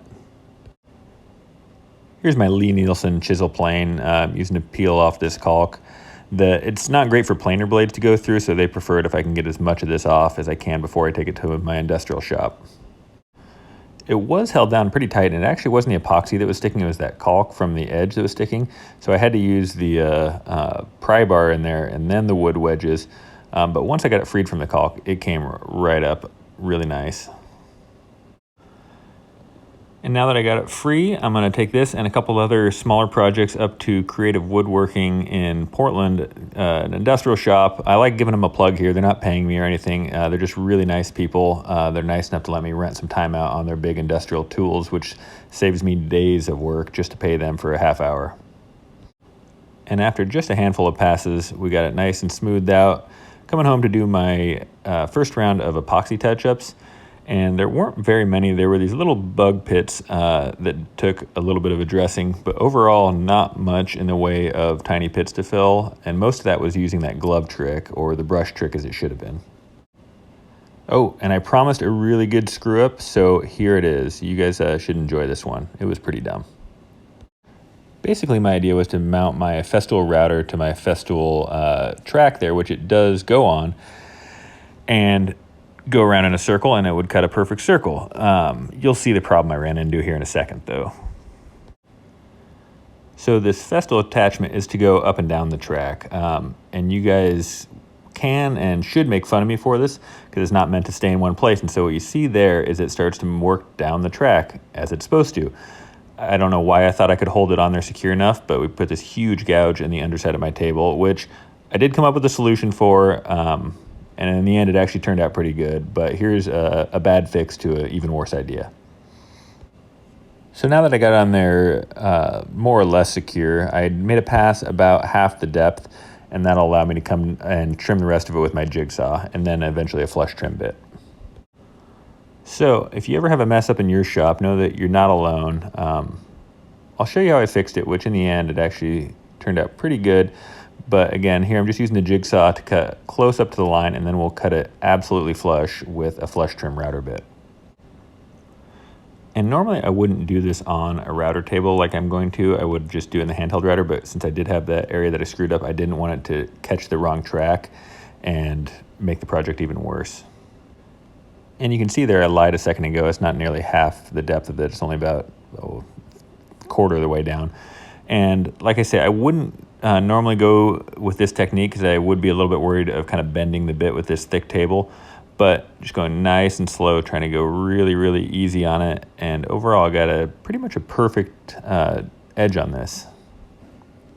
For the edge, after I got it all a perfect circle, I wanted to do something a little more interesting. So I went with a 22-degree bit, and as someone commented in one of my other videos when I called it a bevel, it's not a bevel, it's a chamfer. So putting a 22-degree chamfer on this table. And what I'm doing is I'm doing it in 3 passes, just a small, medium, and then just a final finish pass with the router to hopefully get as clean as cut as I can. You'll notice I'm getting a lot of these epoxy flakes on there, and I have this attachment that I'd never actually used because I didn't really see how it would work, but decided, what the heck, let's try it this time. And I'm kind of embarrassed I didn't use it before because it got all of the epoxy flakes after that. So if you have this router, don't be afraid of using the attachments. I host a resin workshop up at Gobi Walnut in Portland, Oregon, where I teach people to make tables like this. So I took this table in to kind of use it as an example on how to do some finishing and sanding techniques. But here's kind of an overview. We did a tour of the showroom here. Here's a bunch of slabs and Aaron, the owner, talking. Aaron's giving him a tour of the mill. It was a horrible snowy day. Only time we get that in Portland. But back in the workshop, decided to show the class how to touch up these tiny pits with the clear CA glue and activator, whereas you just barely touch it up, add some activator, and you can sand it and scrape it almost immediately in less than 30 seconds. You can see here I use a tiny awl or a paper clip works well. I've tried this activator with a couple different CA glues and it seems to work with all of them. So if you have an off-brand, should be fine just using a random activator. But yeah, I can sand it less than 30 seconds. Let the class do a lot of the sanding here so they could get some hands-on experience. You see I didn't get a lot of footage because I was too busy teaching the class. But Cole, my assistant here, was running through the grids. He went from 100, 120, 150, 180, 220, 320, down, all the way up to 400 before we added the finish. As far as the finishing goes, I decided to use a new kind of Osmo, at least new to me. It's their 3043 formula, and it's a little bit more of a building formula than the stuff that I've used before. And James over at Lux Edge turned me on to it. So my hope was it worked a little better on filling those tiny imperfections on the epoxy, which I've had a hard time doing with wipe-on finishes before. And once you wipe it on, what you want to do is you want to buff it, and you can do it by hand or you can stick a white Scotch-Brite pad on your orbital. This is a gem polisher. It's a kind of a reconfigured floor sander. It runs really quiet. It's really powerful, and you just buff and you buff and you buff, and you keep going until you get basically all the swirl marks off. And what a nice little tip is that James at Lux Edge told me is you flip your pad over to the clean side and you buff the rest of it off with that, and then you just leave it. You don't wipe anymore, you don't wipe it off, you just let that set overnight. Moving on to the base I'm going to use for this. This is a local Portland company, although they still ship to me because it's that hard to drive across town in Portland sometimes, called Symmetry Hardware, steeltablelegs.com. They sent me this really cool quad base they make. I really like it. I thought it was a perfect fit for this table. You don't want anything too gaudy for a base, in my opinion, when you're doing a top that's kind of gaudy. Assembled really easy. Build quality was perfect. It was perfectly flat, perfectly balanced, had leg levelers. So definitely check them out if you're looking for a table base. As with all my tables, I'm doing threaded inserts here. So I got the base exactly where I wanted it, and I'm going to use the same bit that I'm going to drill the inserts with to mark my holes.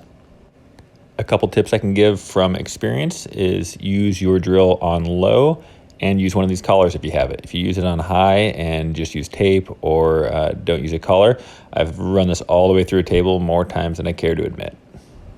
You do want to make sure to use the exact drill bit size according to the manufacturer for your particular threaded inserts though. And I'm using the Easy Lock threaded inserts. I get them on Amazon. I'm putting a little dab of CA glue just to secure them in there in case you take this apart a million times. These could work loose. I don't think they would, but still it gives a little bit of lubrication and makes sure they won't back out over the years. Once I got these threaded inserts in, it's just a matter of getting the base back on there, bolting it down, and this project is done.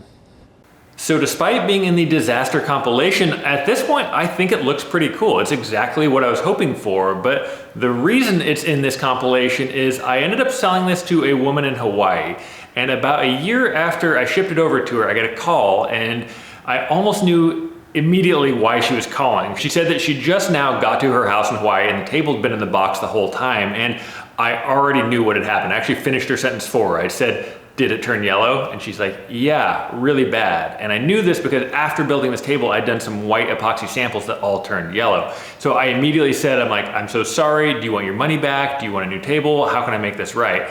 And she said, "No, I'd love a new table." And I told her, "I don't recommend white." And she agreed. So we agreed to make her a black epoxy and walnut table, same size, same base, same everything.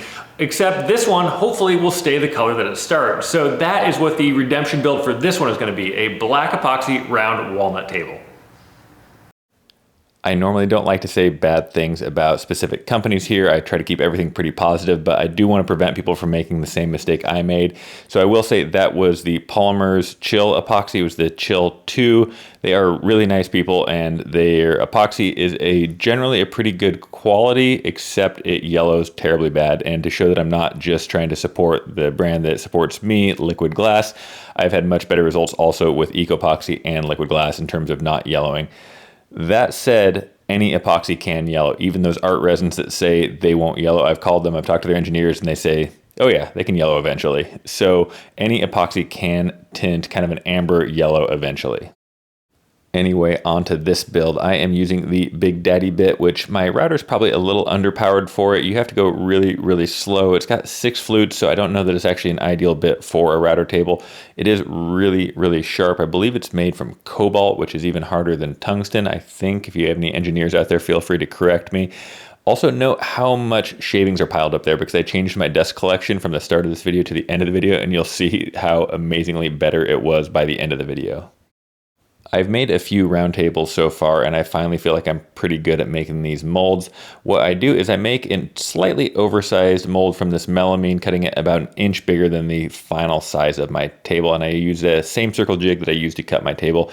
You can see that the wood will sit just inside of that.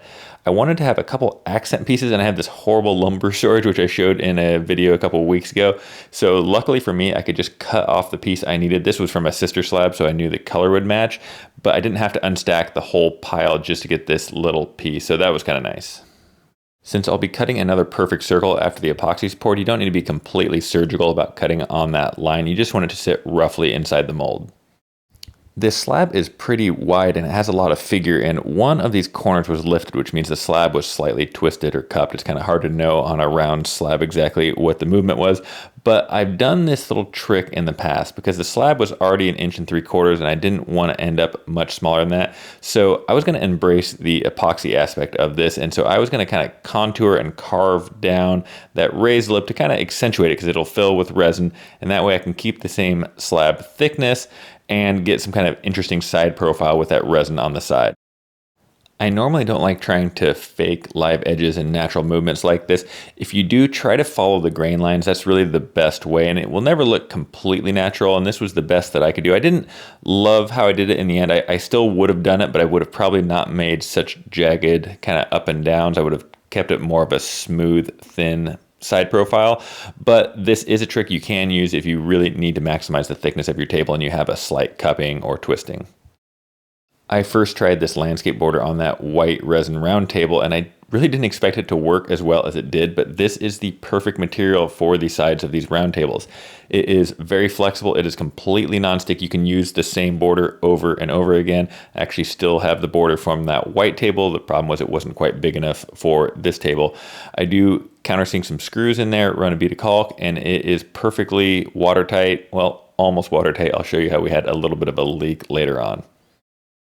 I seal the top and bottom and sides of my table with the same slow curing liquid glass epoxy, but anywhere that black resin is going to be sitting, you need to scuff it up really well. And here I think I'm using like 150 grit sandpaper and then a brass wire wheel for those more kind of hard to reach areas.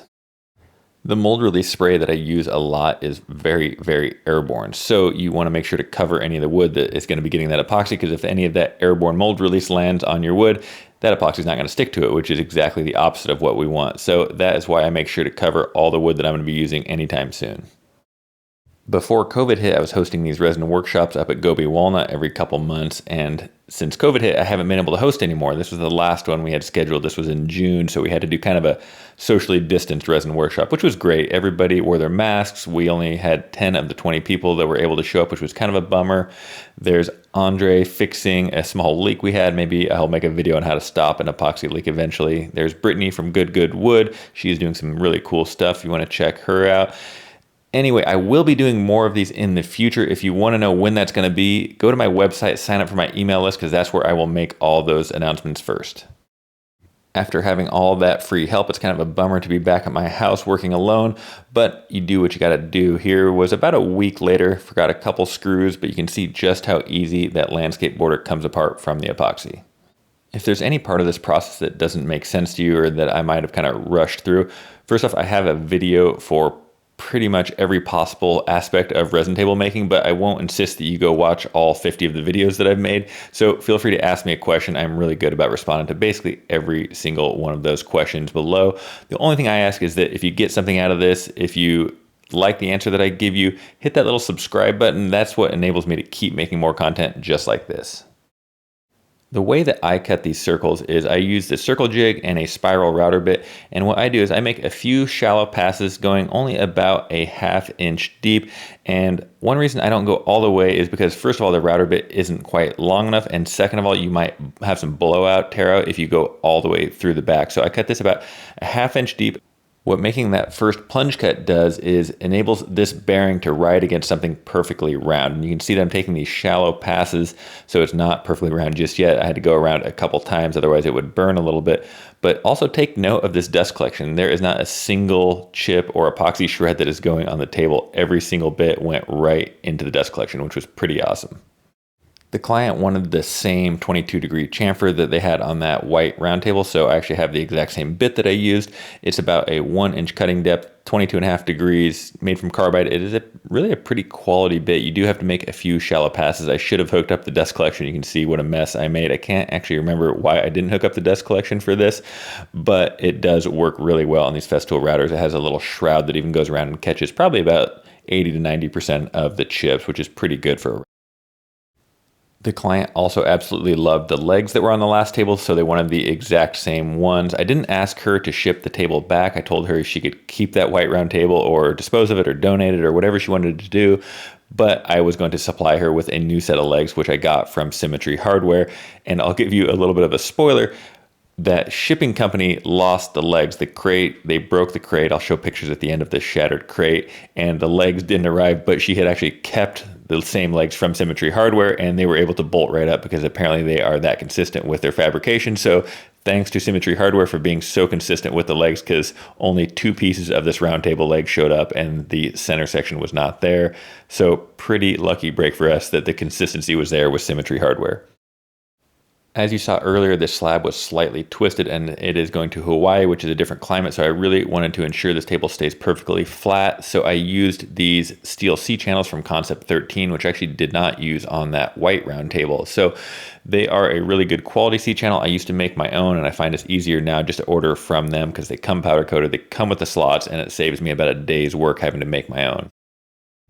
The jig I use gives me the perfect width to drop in these C-channels, but the problem was they didn't go quite long enough on this one, and that was my fault for not testing before I pulled the jig up, so I had to manually hand chisel out to get just a little bit more length out of them.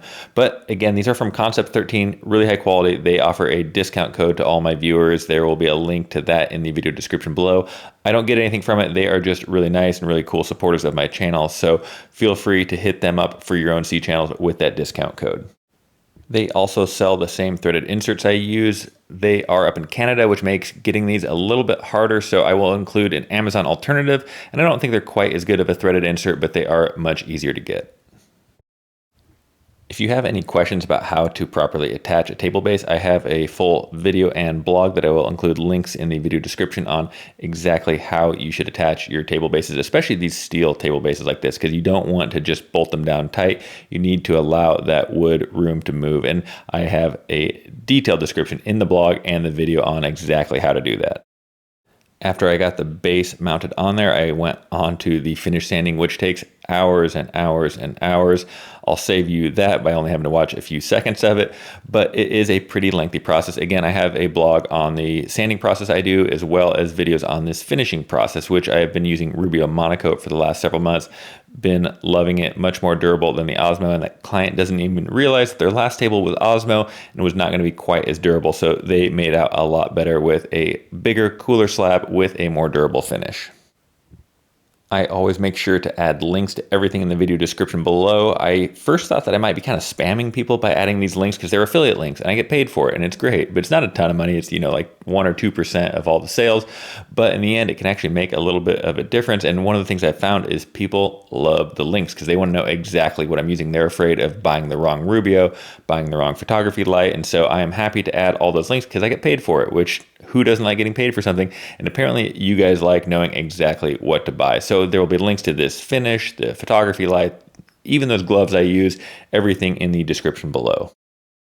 I've mentioned before that I finish both sides pretty much consecutively. So I go through, buff all this in there, hit all the C-channels down in the little slots, work it in pretty well, and then I go wipe it all off and basically flip it immediately. And this is to prevent any warpage. If I was to finish only one side, let it dry, sit overnight, come back, that other side can absorb moisture from the air and actually cause it to warp just that quickly. So I pretty much always finish them consecutively back to back like this. And occasionally I will have some small marks on the underside that I can buff out on the next coat. So it's not a huge deal. And yes, it does leave a small mark, but it does prevent some really big problems.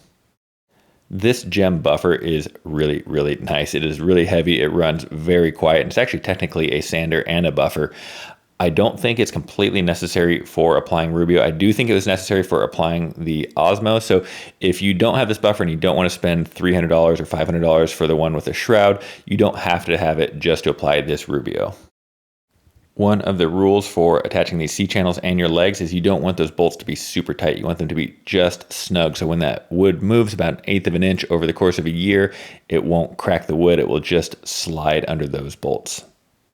You can see that this Rubio Monocoat looked really nice after one coat. I am going to add a second coat, which I've discussed in past videos about how Rubio says not to apply it, but that you technically kind of can apply it to walnut. So I am applying a second coat here, and this will give it just a little bit more luster, a little bit more sheen, and even out any of that kind of matteness that comes from only doing one coat.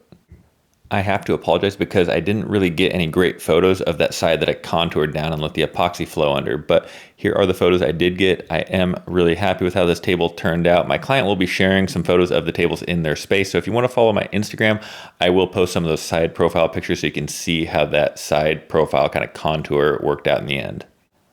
I make a beautiful crate, and I am not afraid to say it. I make a better crate than I make a resin table. They are very durable. They are packed in there very well, but Estes Freight found a way to destroy this crate. One end showed up completely missing. No explanation. Shattered one side. The center was crumpled. Both tables, by some miracle, arrived okay, though. And speaking of both tables, this client was so happy with how I handled her yellow table that the next day she ordered that dining table I showed right there. So I got a $10,000 order by just making good on a mistake that I had made by making that white table that yellowed. I hope you've enjoyed my failures compilation, and if I know me, this won't be my last one of these videos, but what I've learned from all of this is what doesn't kill you only makes for more YouTube content.